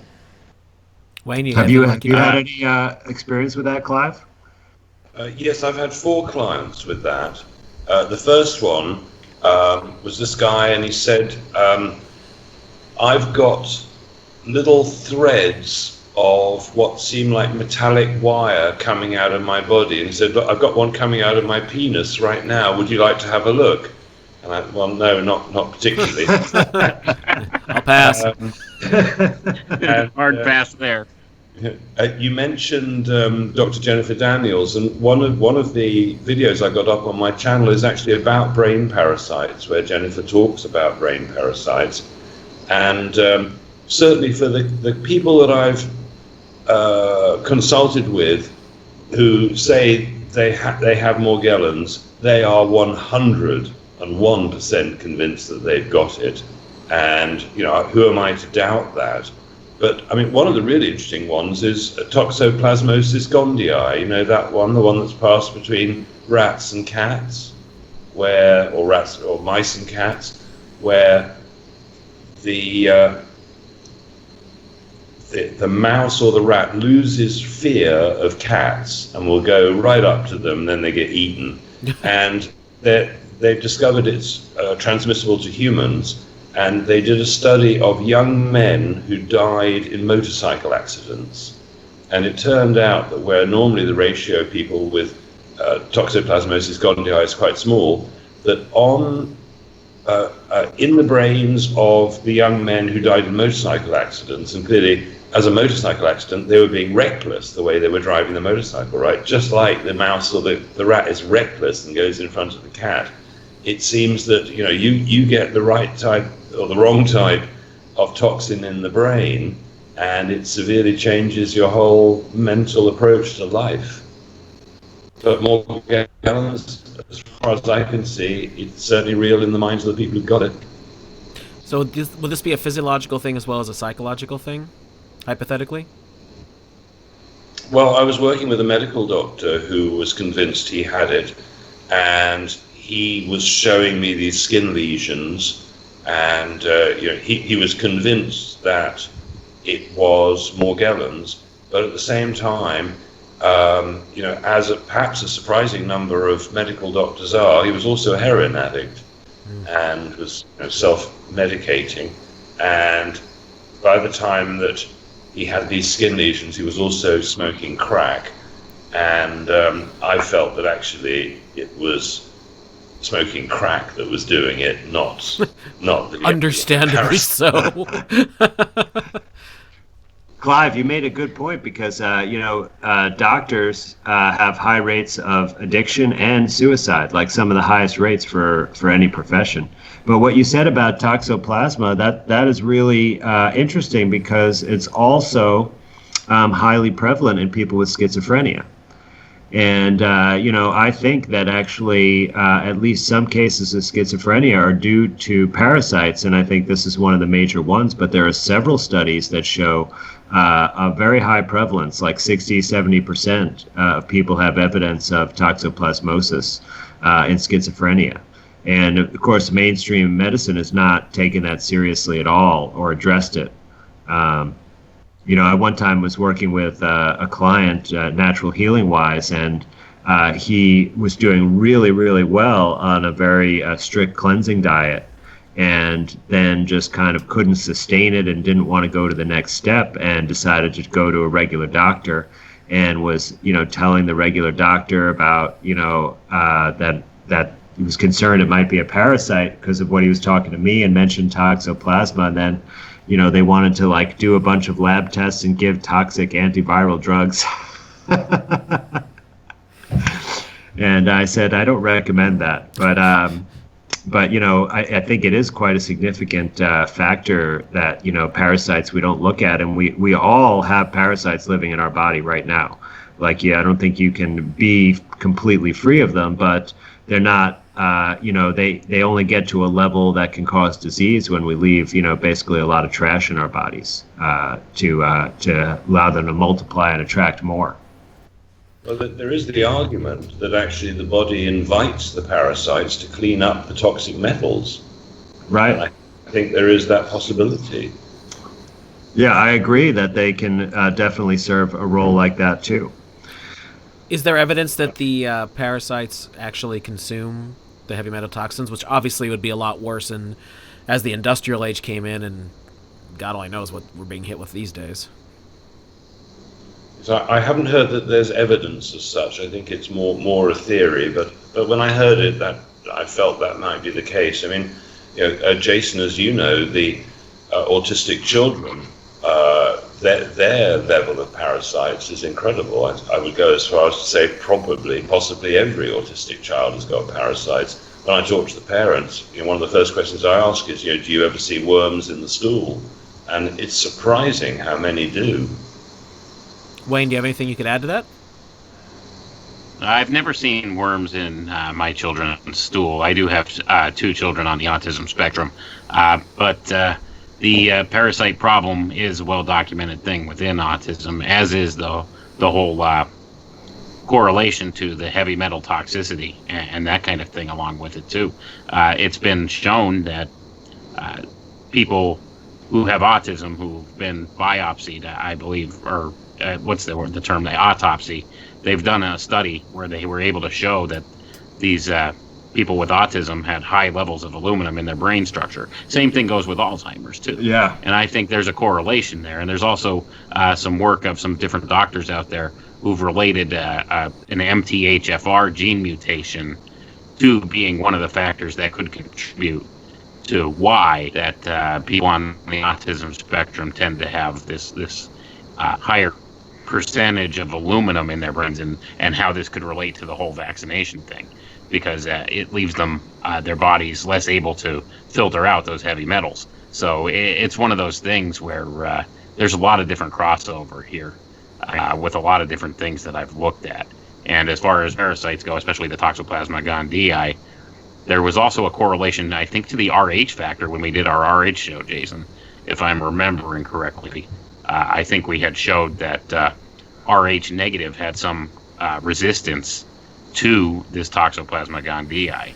So that's an interesting thing to look at, too. I don't know, like, how that would necessarily relate to something like, say, autism and this kind of thing, but there's definitely something to the whole parasite thing. It's definitely a problem that is far greater reaching than anybody in the medical field is willing to look at.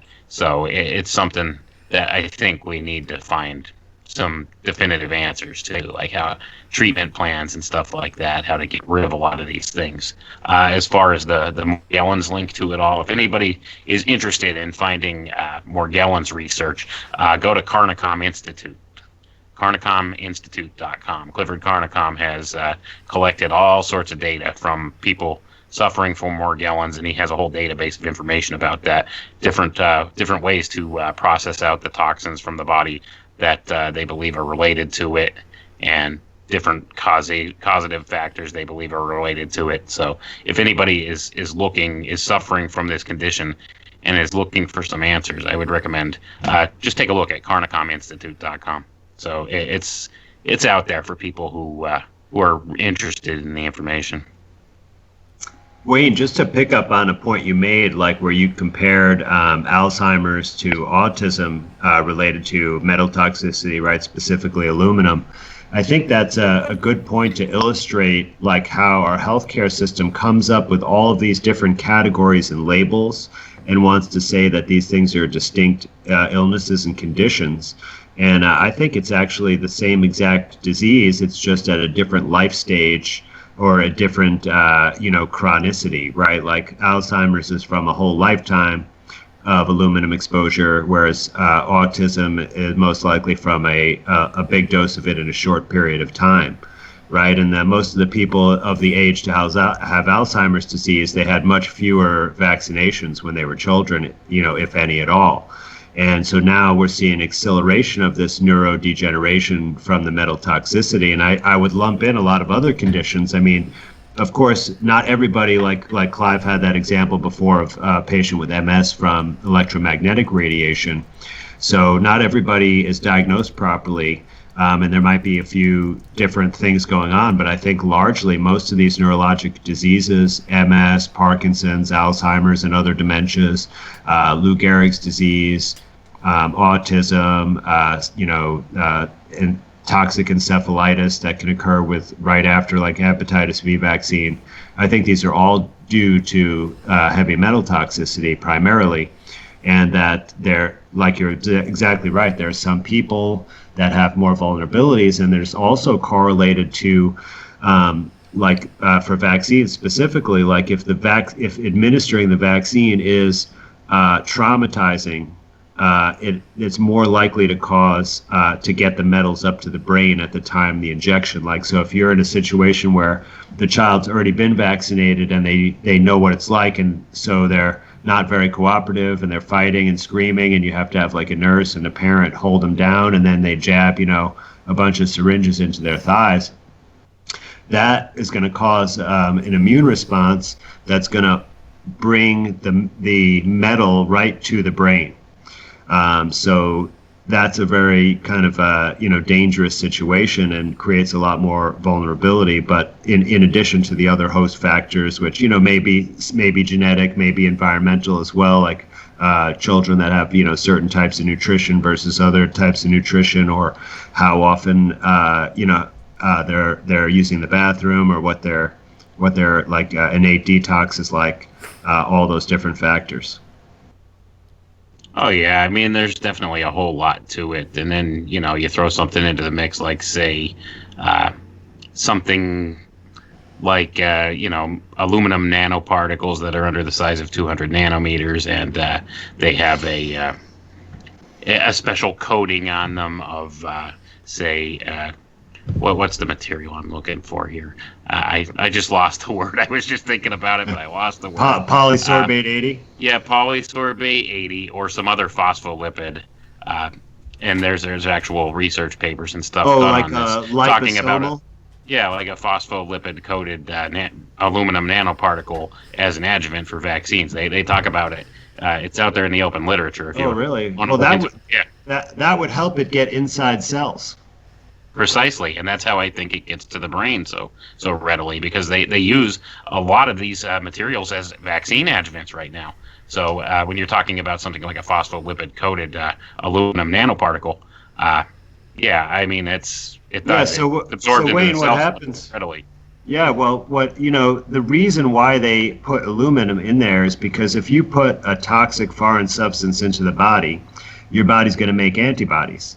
And the more toxic the substance is, the more antibodies it'll make. And that's why they that's why they continued to use aluminum after the initial findings, because it just amplifies the amount of antibody. And that's how they get vaccines approved, by showing that they inject something and then can demonstrate an antibody. They don't actually test if it prevents a disease, and have never tested that or shown that. But they're just trying to make these antibodies. But what happens to it when it goes into the body is like the body recognizes it as toxic right away and doesn't really know what to do with it, because we didn't, we weren't in our natural environment. There's not a lot of aluminum around. Aluminum, comes from mining out of the earth, and it's actually very difficult to mine. It creates a lot of toxic waste, including fluoride. Yeah. Which is thanks, Bernays. But Right. yeah, that's a major marketing trick there.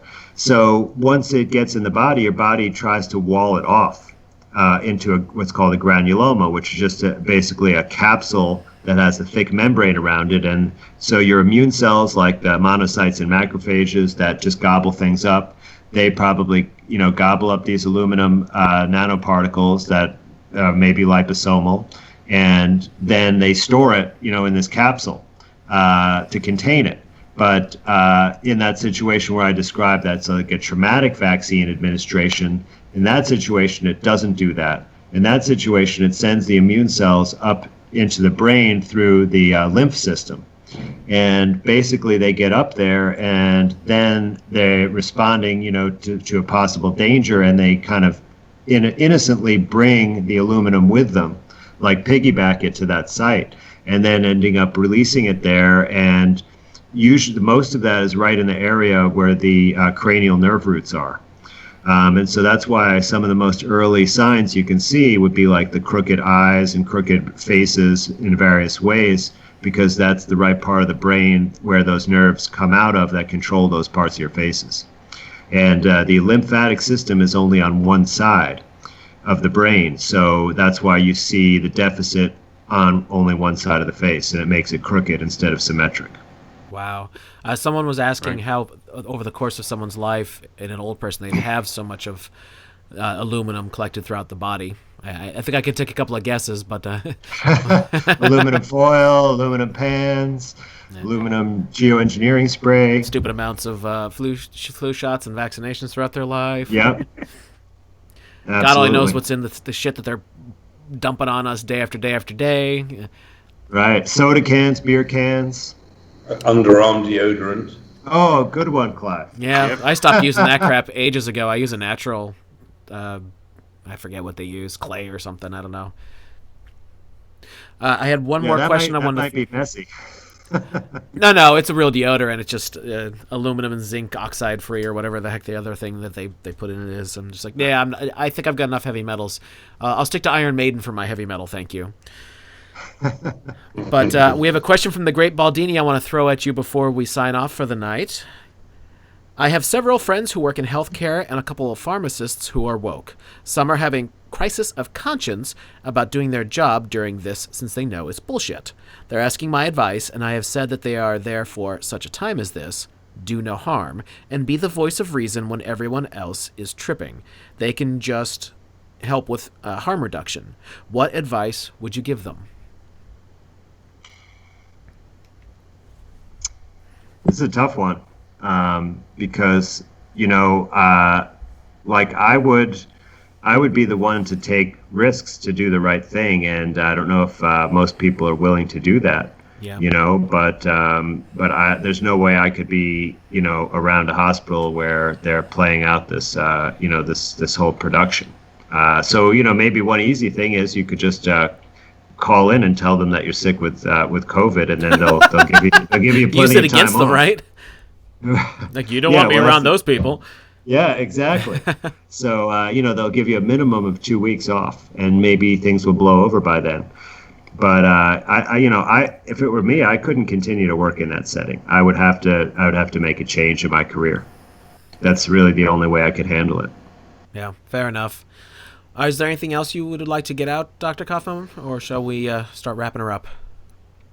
Oh, I think I've said enough tonight. Probably more than enough.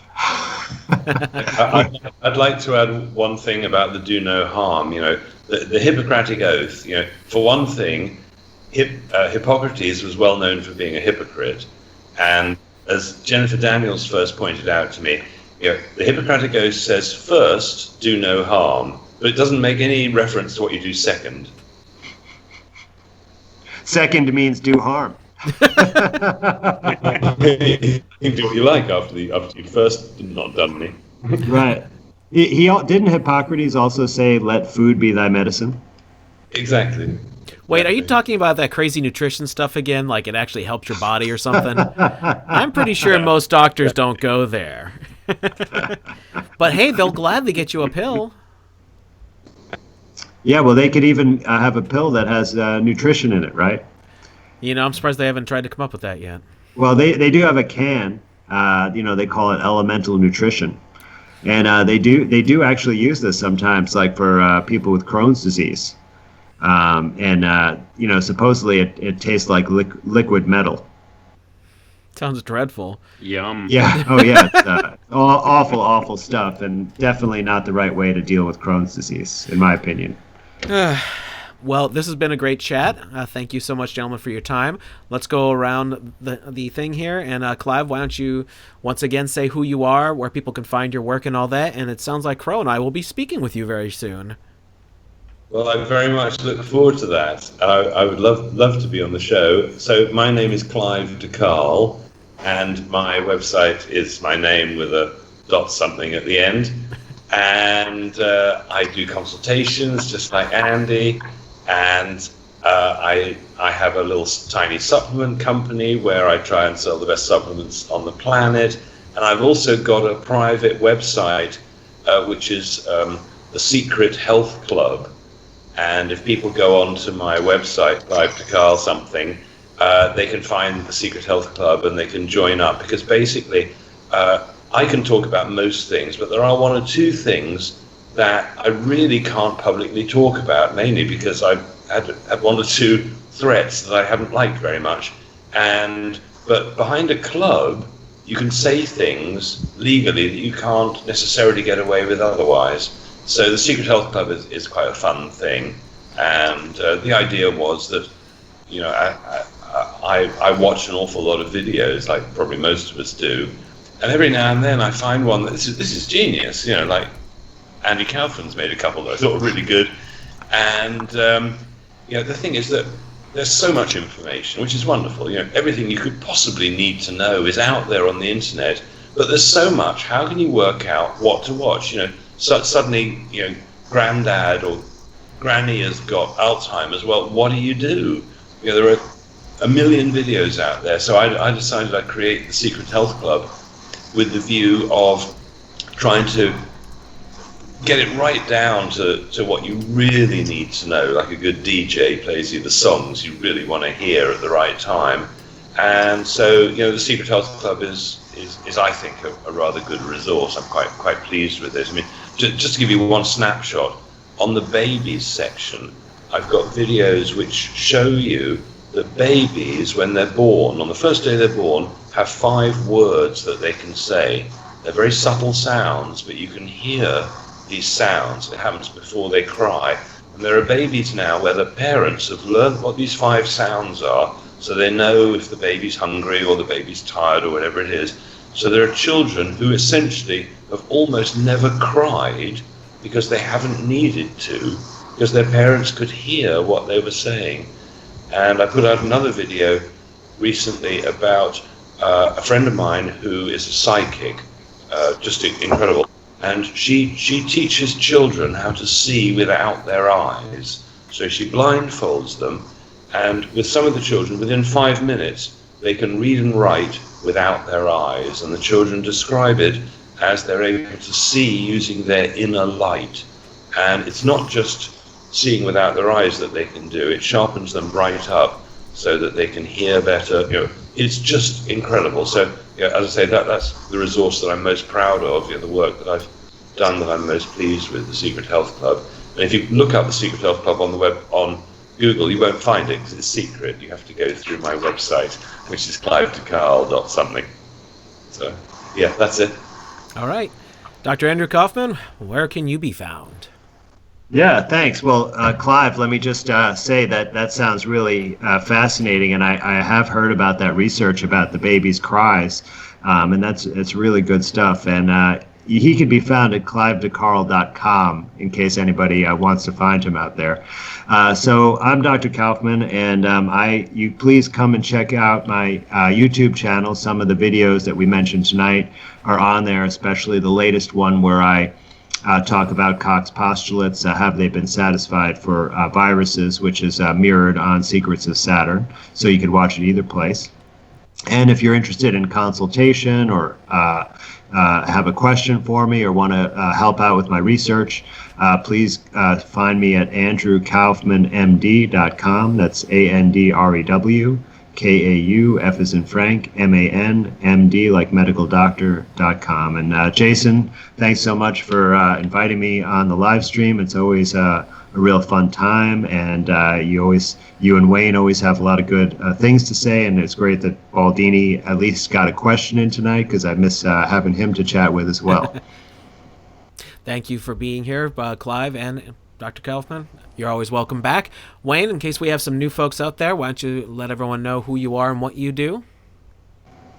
All right. First of all, just wanted to thank both Andy and Clive for being on the show here. Been a real pleasure, gentlemen. Clive, I'd love to talk to you again sometime soon. Andy, a serious question for you before we go any further here. When Jerry the King Lawler broke your neck, did you start believing that professional wrestling was real then? But that's what just made me want to only wrestle women. Oh my goodness! You know how many jokes I've had to field for that? All before, but I'm sure you've heard it all before. People keep saying they try to search for me, and if you put in Andy Kaufman, they get the comedian Andy Kaufman, so they realize they have to put in Andrew. You don't have a sudden urge to dress up as Tony Clifton, do you? Oh, I would love that. That'd be great, actually. Anyhow, people know where to find me, for the most part. Files from the Conspiratorium on Facebook, alchemicaltechrevolution@gmail.com if people want to get in touch with me. I have books out there on Amazon or at pretty much any other fine book retailer at this point. And also I can be found every week here at Secrets of Saturn. And if anybody has any trouble getting a hold of me any of those ways, you can always contact Jason or hit up Crow over at Crow 777 Radio, and they can get a message to me. So it's as easy as that. I don't really sell anything or do any consultations of any type because I'm just a regular Joe. I don't have any PhDs or doctorates or anything of that sort. So I'm not really qualified to answer anybody's questions per se. But that's where you can find me. So. All right. Well, my name's Jason Lindgren. In case you don't know, this is my channel, Secrets of Saturn. I do sometimes my own one-on-one podcasts, but been switching over to this format lately just because it's a lot easier and more fun too, actually. But you can always find me every week as the co-host of Crow 777 Radio. Crow and I have been releasing 2 episodes a week as of late, just to help everyone get through these really ridiculous things that are going on right now. Tomorrow we'll be releasing an episode with Mr. Mark Devlin. And on Saturday, we'll be releasing an episode with a farmer, interesting gentleman named Misha Papa from Canada, who's going to talk a bunch of stuff about Monsanto and Bayer and all that sort of thing. And we're going to get it from a real farmer's point of view. So, everyone, thank you for being here. We had one hell of a term out. Gentlemen, thanks for joining me, and we will see everyone next week.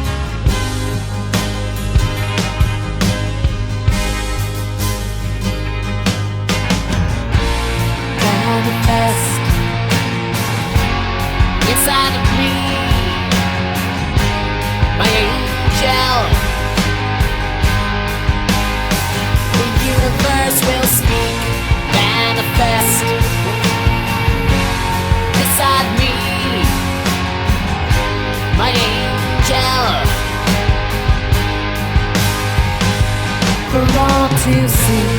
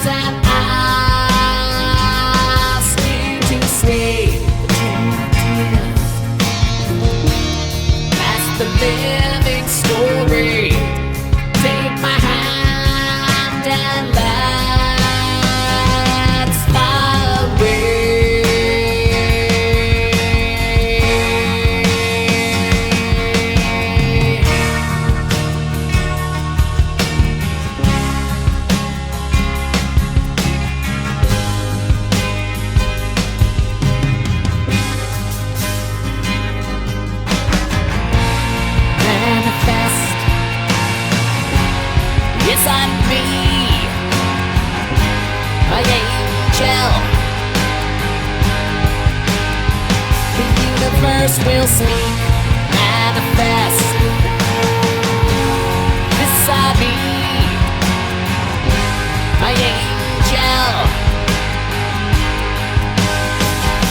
for all to see.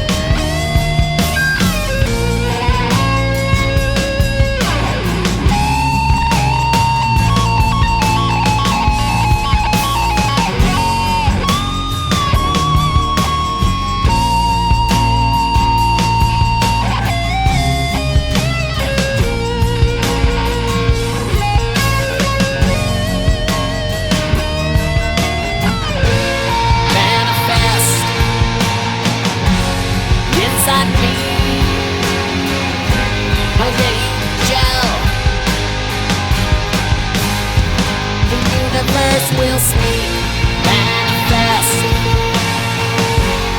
beside me. My angel, for all to see, manifest inside me. My angel, the universe will speak, manifest inside me. My angel, for all to see.